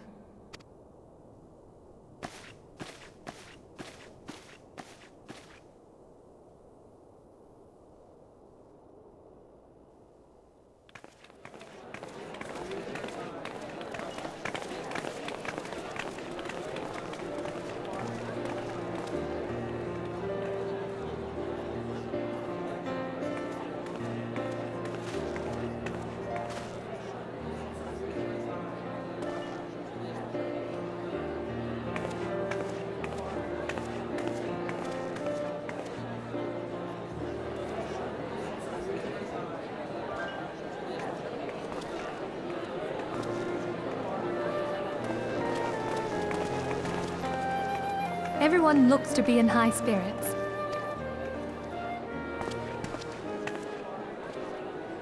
With good cause. A common victory may serve to unite even the most unlikely of allies. You've brought us one step closer to a united Eorzea. Your modesty knows no bounds, Antecedent. Were it not for your efforts, Sir Emmerich would never have become such a steadfast ally. When he convinces his countrymen to rejoin the Alliance, we shall all reap the benefits, military and economic. I tell you, we are on the cusp of a new era of unity and prosperity. Territorial disputes are all that divide us now, but I have faith that we will find an amicable solution in time. And failing that, I'll have my trusty Warrior of Light box the ears of all concerned. Speaking of whom... She will be joining us shortly. A matter at the quicksand required her attention, but it did not sound serious.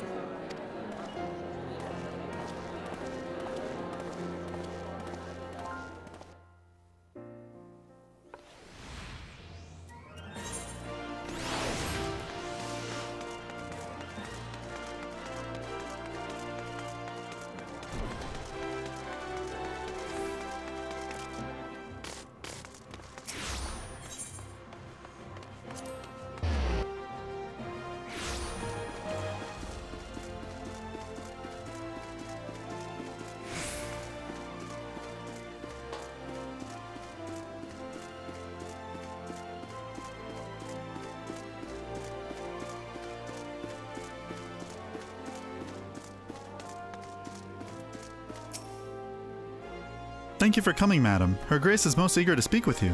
If you require a moment to compose yourself before your audience, you may have it. Or if you are ready, it'd be my honor to escort you to Her Grace's chambers forthwith.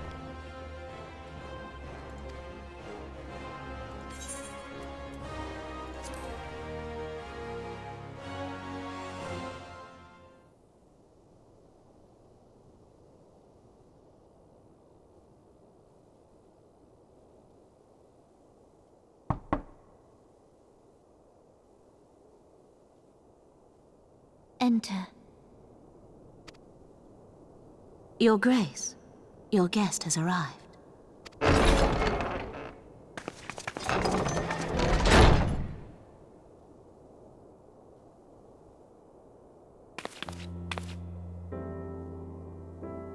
Pray, come in, and take your ease.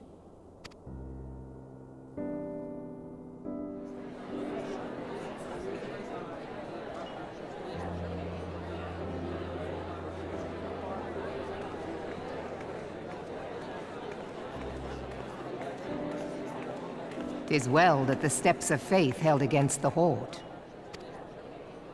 And what of the city proper? We sustained some few losses, but the heart of our nation yet beats with vigor. I am not certain I could say the same had we not received your most generous aid. An attack on Ishgard is an attack on the realm. We stand together or fall divided.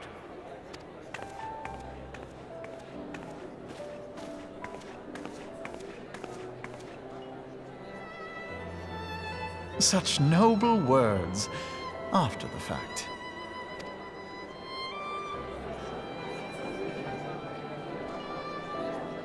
I had hoped to speak in the presence of Her Grace, but it seems she has been delayed.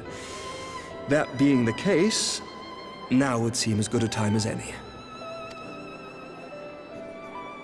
Honored friends, pray allow me to convey Ishgard's warmest gratitude for your part in the defense of our lands.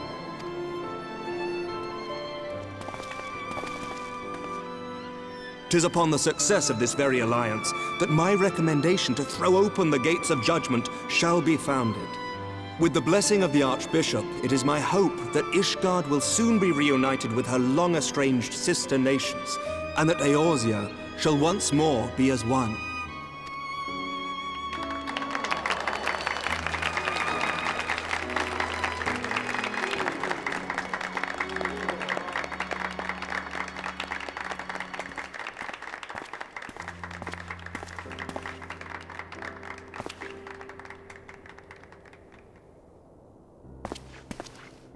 Very well.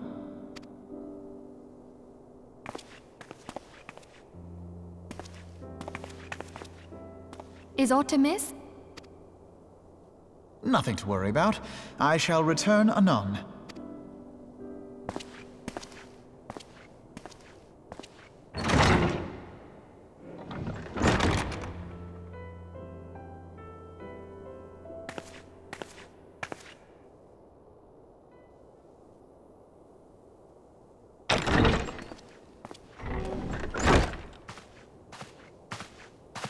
You wished a word, Yu Hase?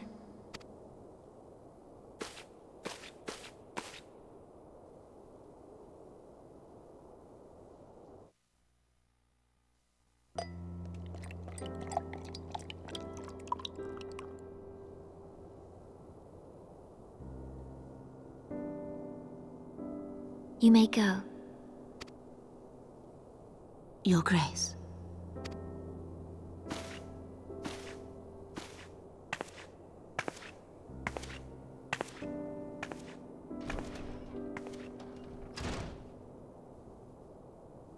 You must be curious as to the reason for this private audience. The matter I would discuss, however, will soon make apparent the need for discretion.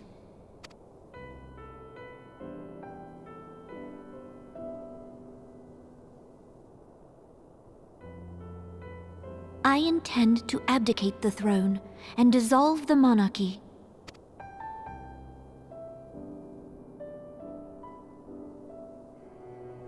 You have seen for yourself the storm of turmoil that howls through our streets.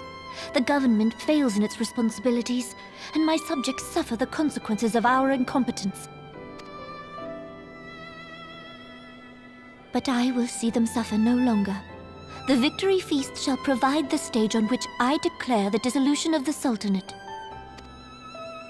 'Tis mine intent that the ruling class of our golden city should take its place beside the common man in a fair and equitable republic.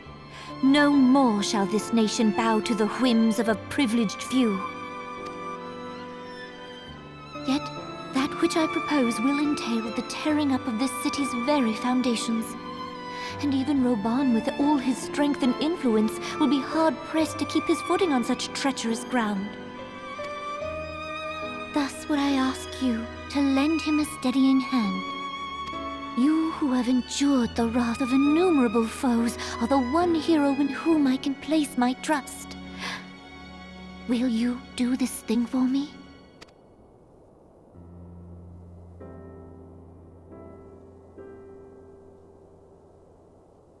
I am truly grateful. More grateful than I can well express. Much of my dread for the coming days has been quieted.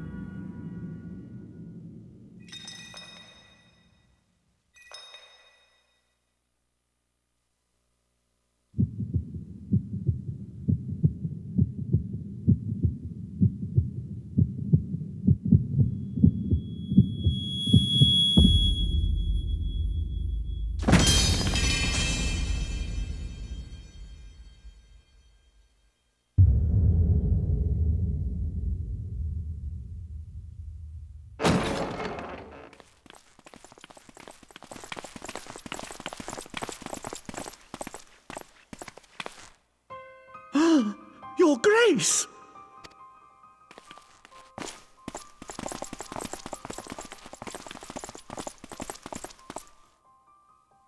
Her Grace, the Sultana, is dead.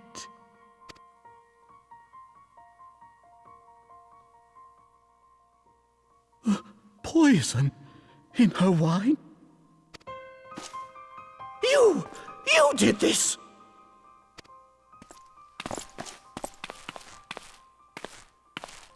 Spare us your denials! I see no other suspects, and the room has but the one entrance. I hereby accuse you of regicide!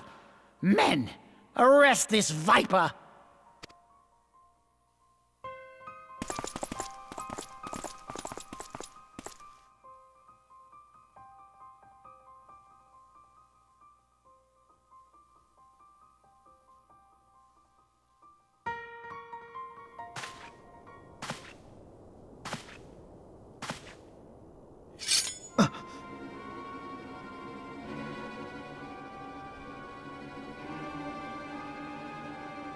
Sir, barring a few exceptions, we have detained all those with allegiance to the Scions.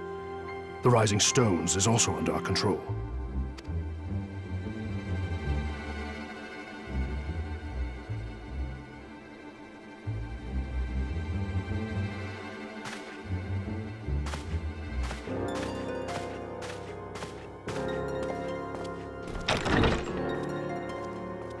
And what do you hope to achieve with this mutiny?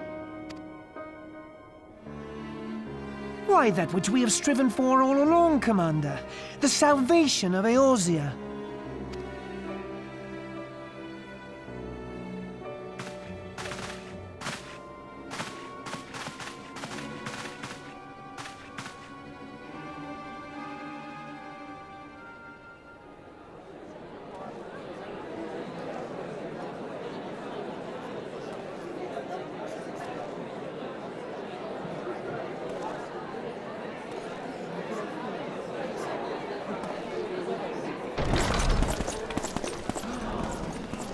What is the meaning of this?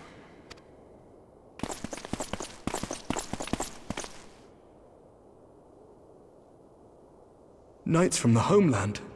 This cannot bode well. Lord Commander, we have received an urgent message from the Holy See. I am grieved to report that your serpentine foes have resumed their assault. Needless to say, your presence is urgently required. These knights have come to bear you swiftly home to Ishgard. A surprise attack? We've had no such word from our men, and the timing is most fortuitous to catch us away from the city. Most fortuitous indeed. Lord Commander, we must away!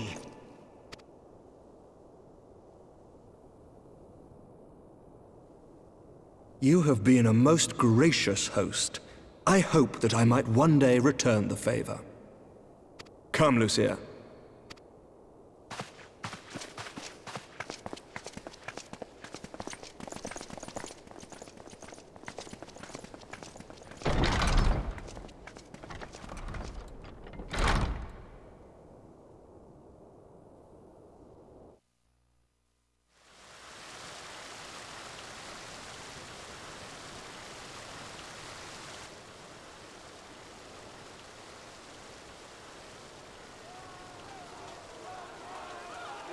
Whatever is going on in there?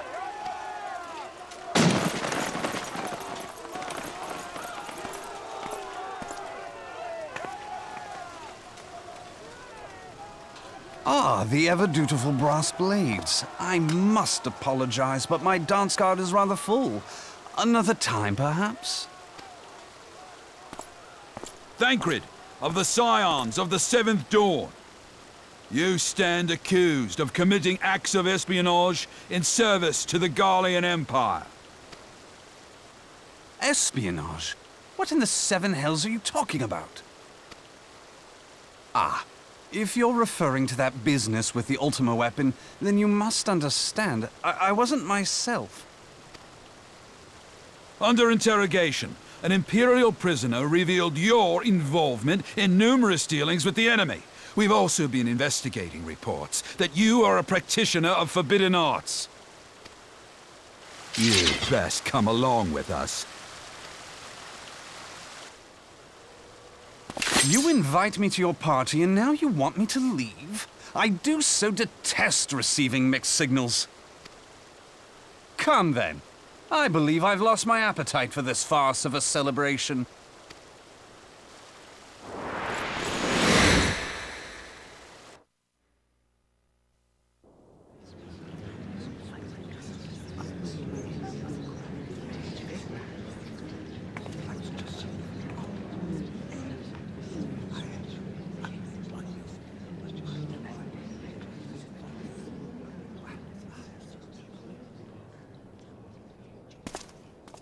You go too far, Lord Adeleji. By what right do you march armed soldiers into a royal banquet and eject state visitors without her grace's consent? You treat the brass blades as your personal army and show contempt for the throne with your every act. Leave us, now. Is that an order, General? Mayhap you have mistaken me for one of your flames. You will find I am not so slavishly obedient. And you lecture me on personal armies. As for your outrageous claim that I have shown contempt for the throne, let all here observe that it was not I who feasted while an assassin removed its occupant.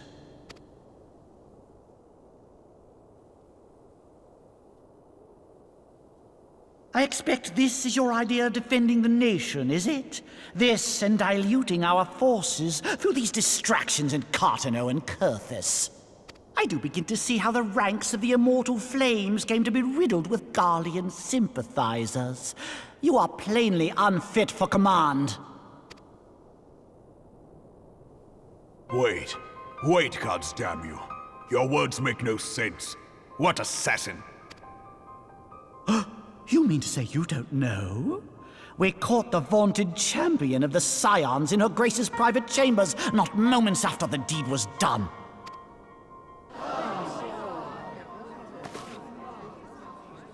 No! No, this cannot be! Save your breath. You will need it to plead your case. You and your entire order are to be tried for this atrocity.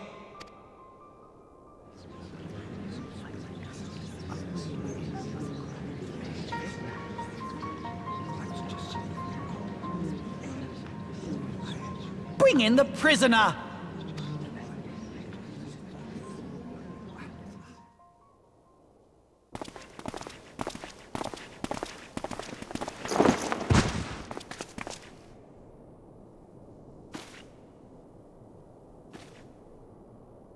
This woman stands accused of poisoning Her Royal Majesty Nanamu Ul Namo, and as suspected accessories to the crime, all members of the Scions of the Seventh Dawn will be detained for questioning. This is madness! What a pity. Who'd have thought your tale would end like this? Should you demand further proof, a vial with traces of the substance used to poison Her Grace was found upon the assassin's person.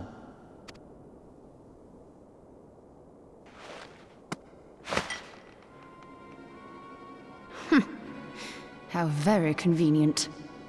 You would speak of convenience? Who persuaded Her Grace to host this celebration? A diversion which presented you and your confederates ample opportunity to commit the crime, and a crowd within which to fade from view. A more convenient occasion I could scarcely imagine. How dare you! After all we have done for Uldar! Hold your tongue, witch! I'll not be ensorcelled! I know all about the dark gift that you and your disciples wield. Oh yes, I've observed how you worked upon the minds of the Alliance leaders, bending them to your will. And what of your cordial relationship with Sir Emmerich? For years, Ishgard abjured all contact with the outside world, and now the Lord Commander of the Temple Knights treats you with the familiarity of a childhood friend. I'll tell you what I think. I think this desperate defense of Ishgard was but a ruse to deceive us into dividing our forces. Your next move will be to charm your Kurthan allies into invading our lands. Now that is truly ridiculous. How do you even think of this stuff? She cannot be dead.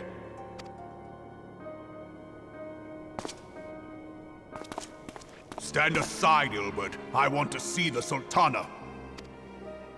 Spare yourself the pain, brother. I saw her with my own eyes. For a mercy, the poison took her swiftly. Her handmaiden can attest to that.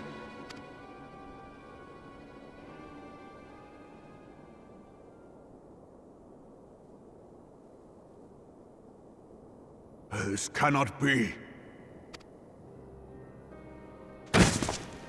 Nanamo. Nanamo. No!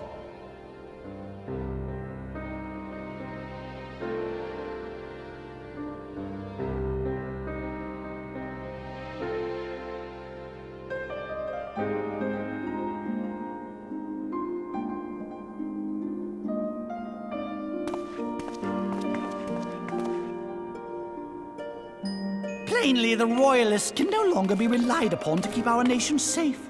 And so it falls to the monitorists of the Syndicate to govern Uldar. But should you wish to help us, General, we would be more than happy to entrust the task of planning Her Grace's funeral to you. It seems only right that you should bury your precious Sultana, and we will be glad to be rid of that burden.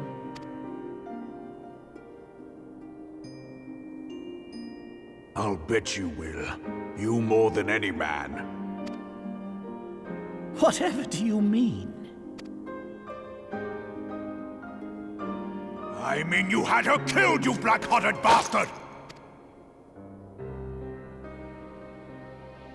What rot! Though I did have sufficient motive, 'tis true. That young lady caused me no end of grief. She always was a most unwilling puppet. I dare say Her Grace was grateful that someone thought to cut her strings.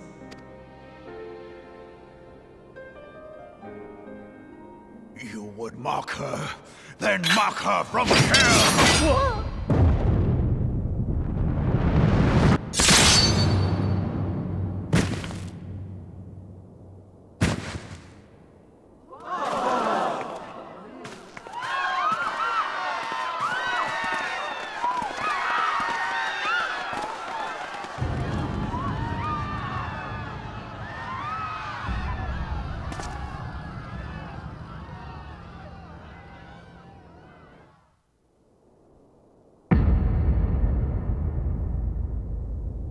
you lost your mind, General?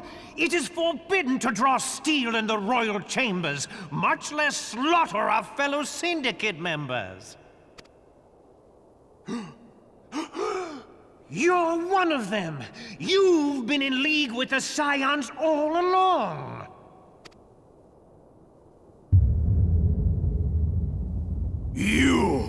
You're next, you scheming bastard!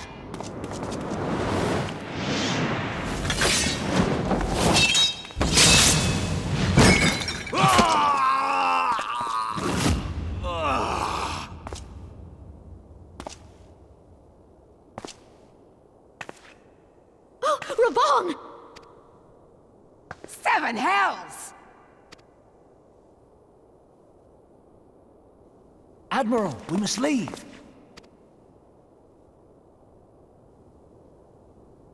Ah!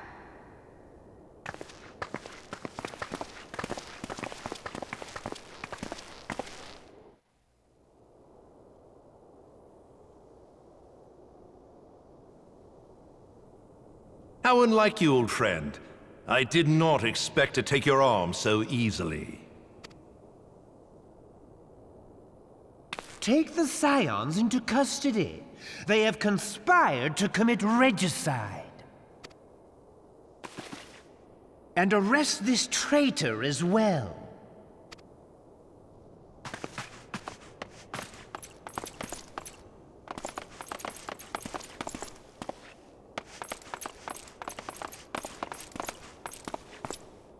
Ilbert, I hope you choke on their coin.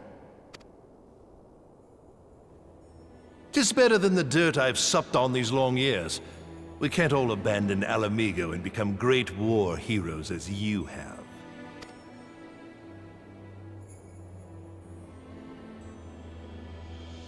You are not the man you once were, Raban. Since that girl strapped the yoke around your neck, you've become docile.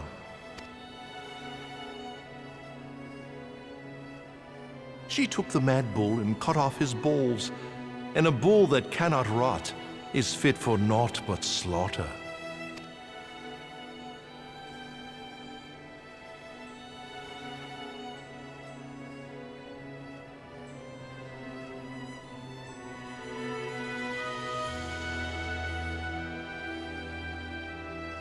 Shall I tell you who really killed your precious Sultana?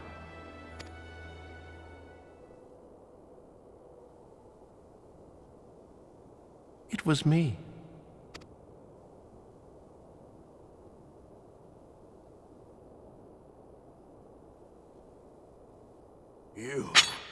You die!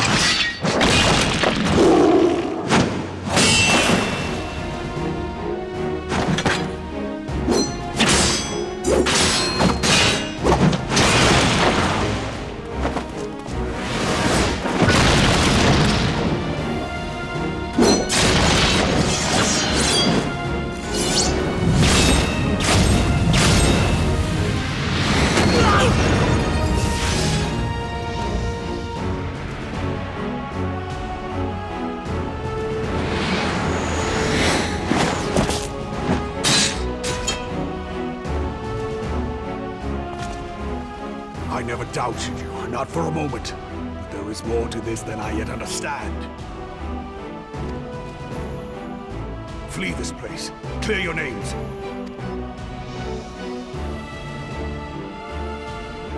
Find out who is behind this plot. It is the only way. Now go!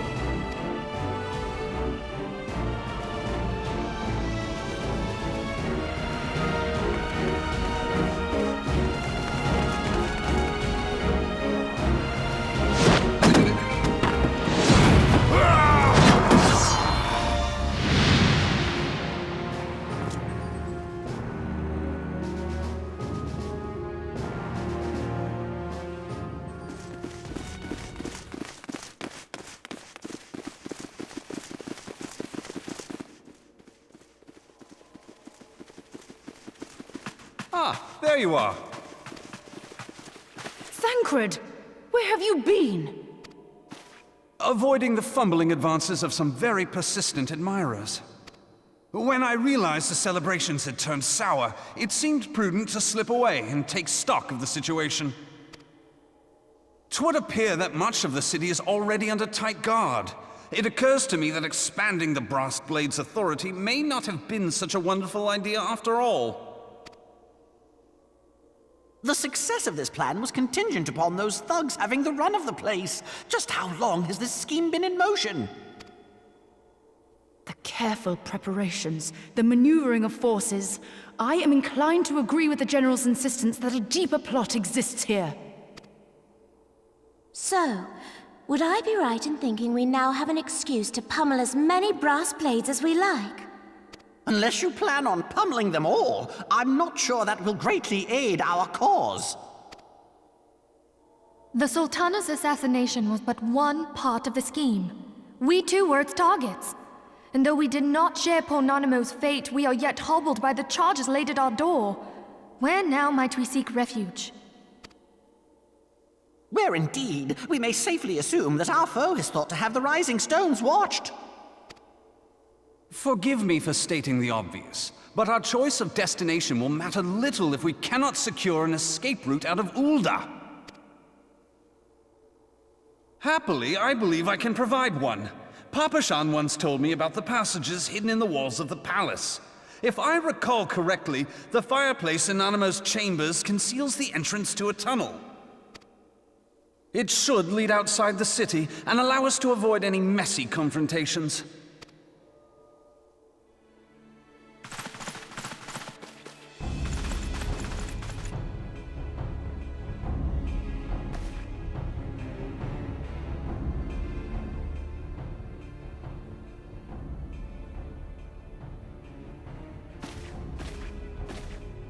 The rest of you, go on ahead. I'll handle this lot. By yourself? I suppose I shall just have to join you.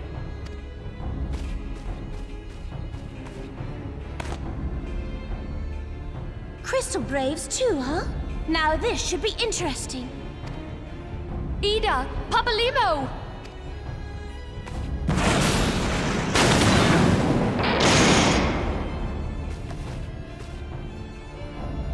We will hold our pursuers here. Hurry, now! Find this tunnel of Thancreds.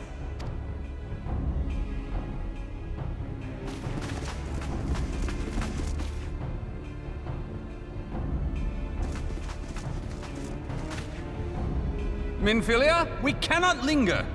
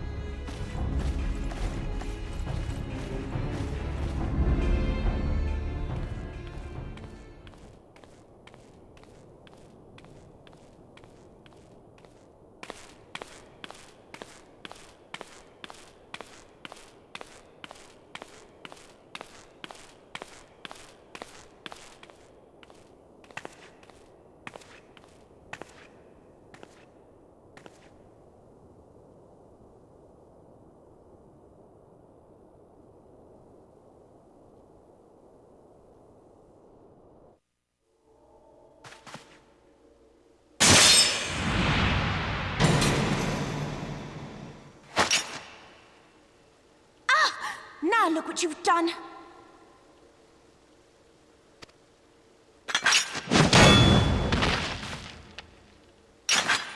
Ida, are you all right? There are just too many of them. I'm fine. I could do this all day. How about you? Nearing the end of my tether.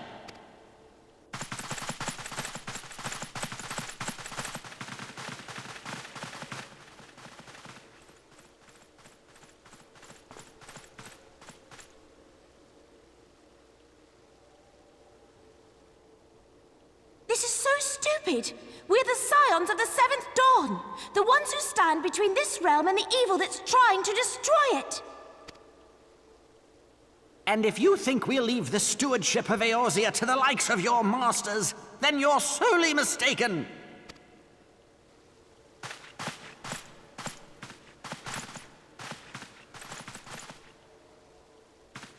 sorry I dragged you into this, Popolimo.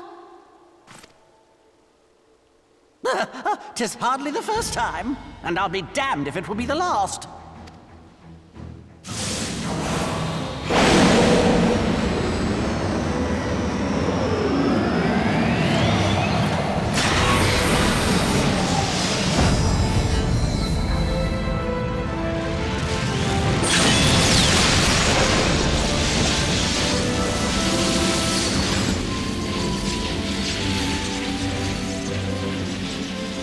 Let them have it, Ida! I was hoping you'd say that.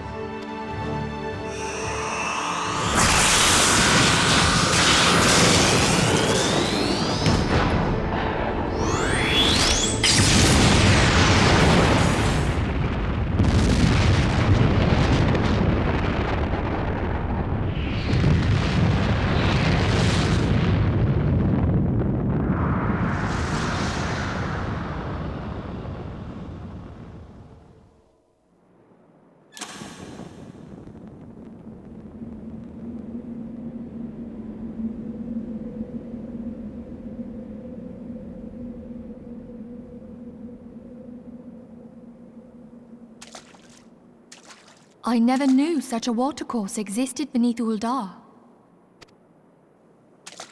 The architecture is of the Sildine style, if I'm not mistaken. The ancients plainly foresaw the need for a ready means of escape.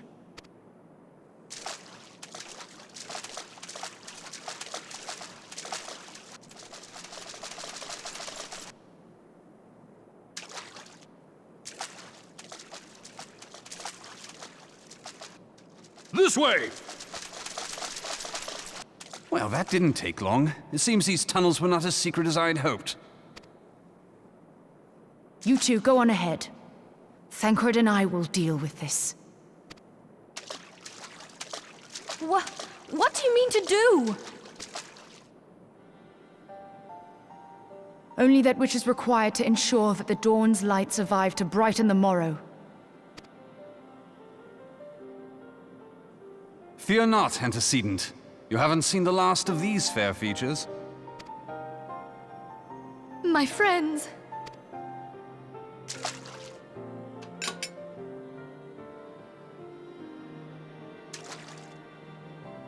Leave us!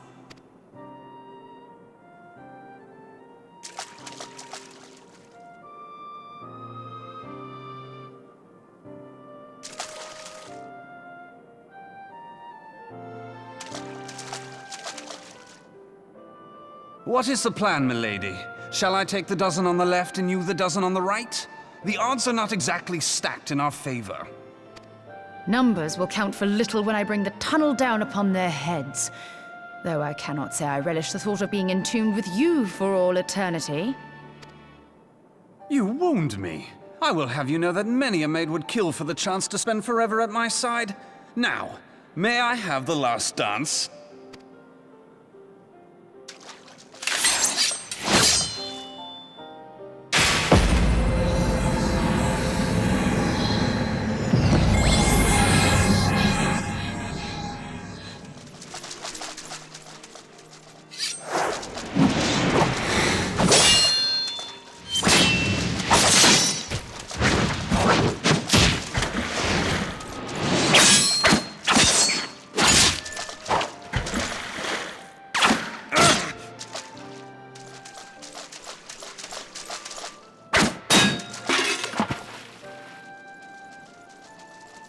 Well, this is going splendidly.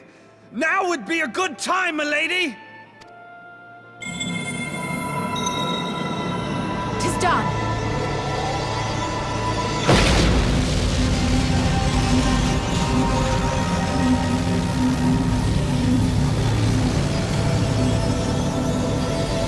Forgive me, Mitra.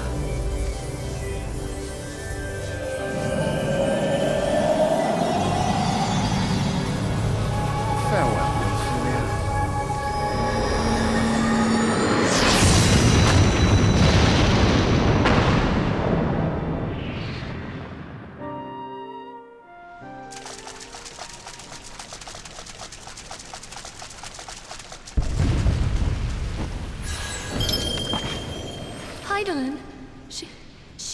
this to me. No.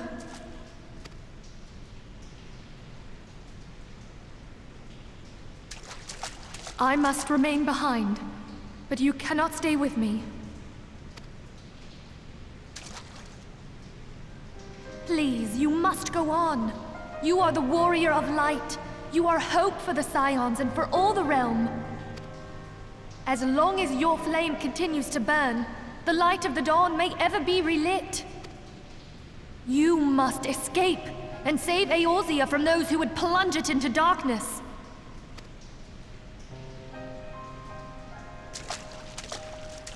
Tis the only way.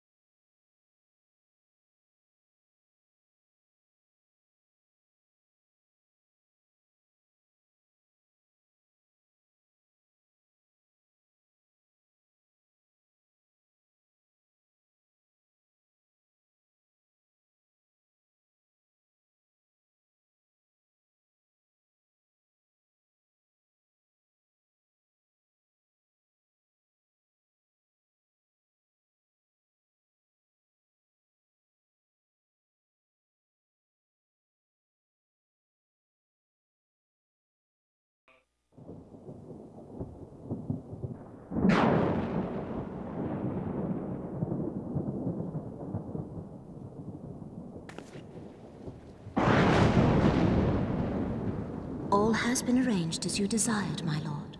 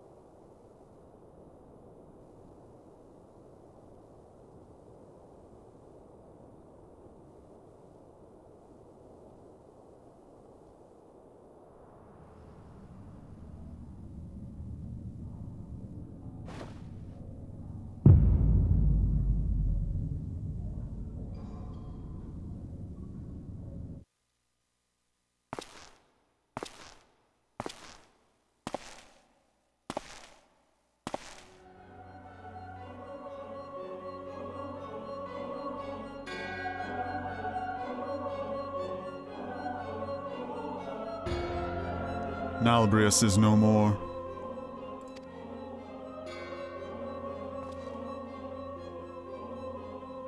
The Ardor was not his to invoke. His demise was of his own making. Nevertheless, it concerns me. They have extinguished that which should rightly be eternal. Mayhap he was not wholly mistaken. Greater haste may be warranted. We are of one mind.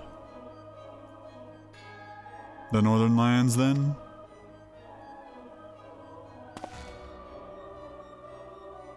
The earth is fertile, and the seeds well sown. By my will they shall reap salvation unlike any the world has known. By his will. By his will.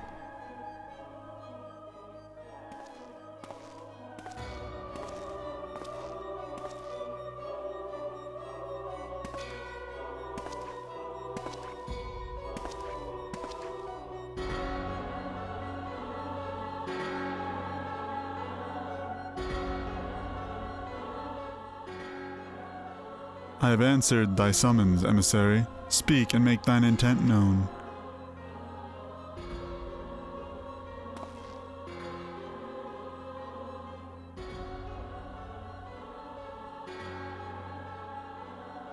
I would speak of fate, Archon. Yours, mine, the fate of this very star.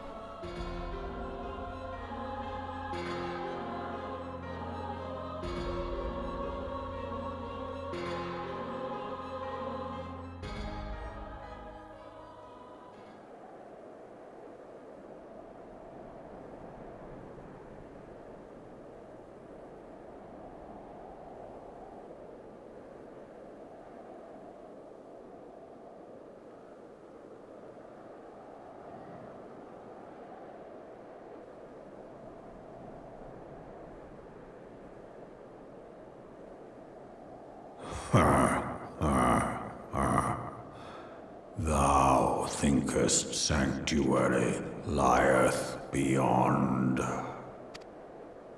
Delusion, despair, death. Thou shalt find naught else here.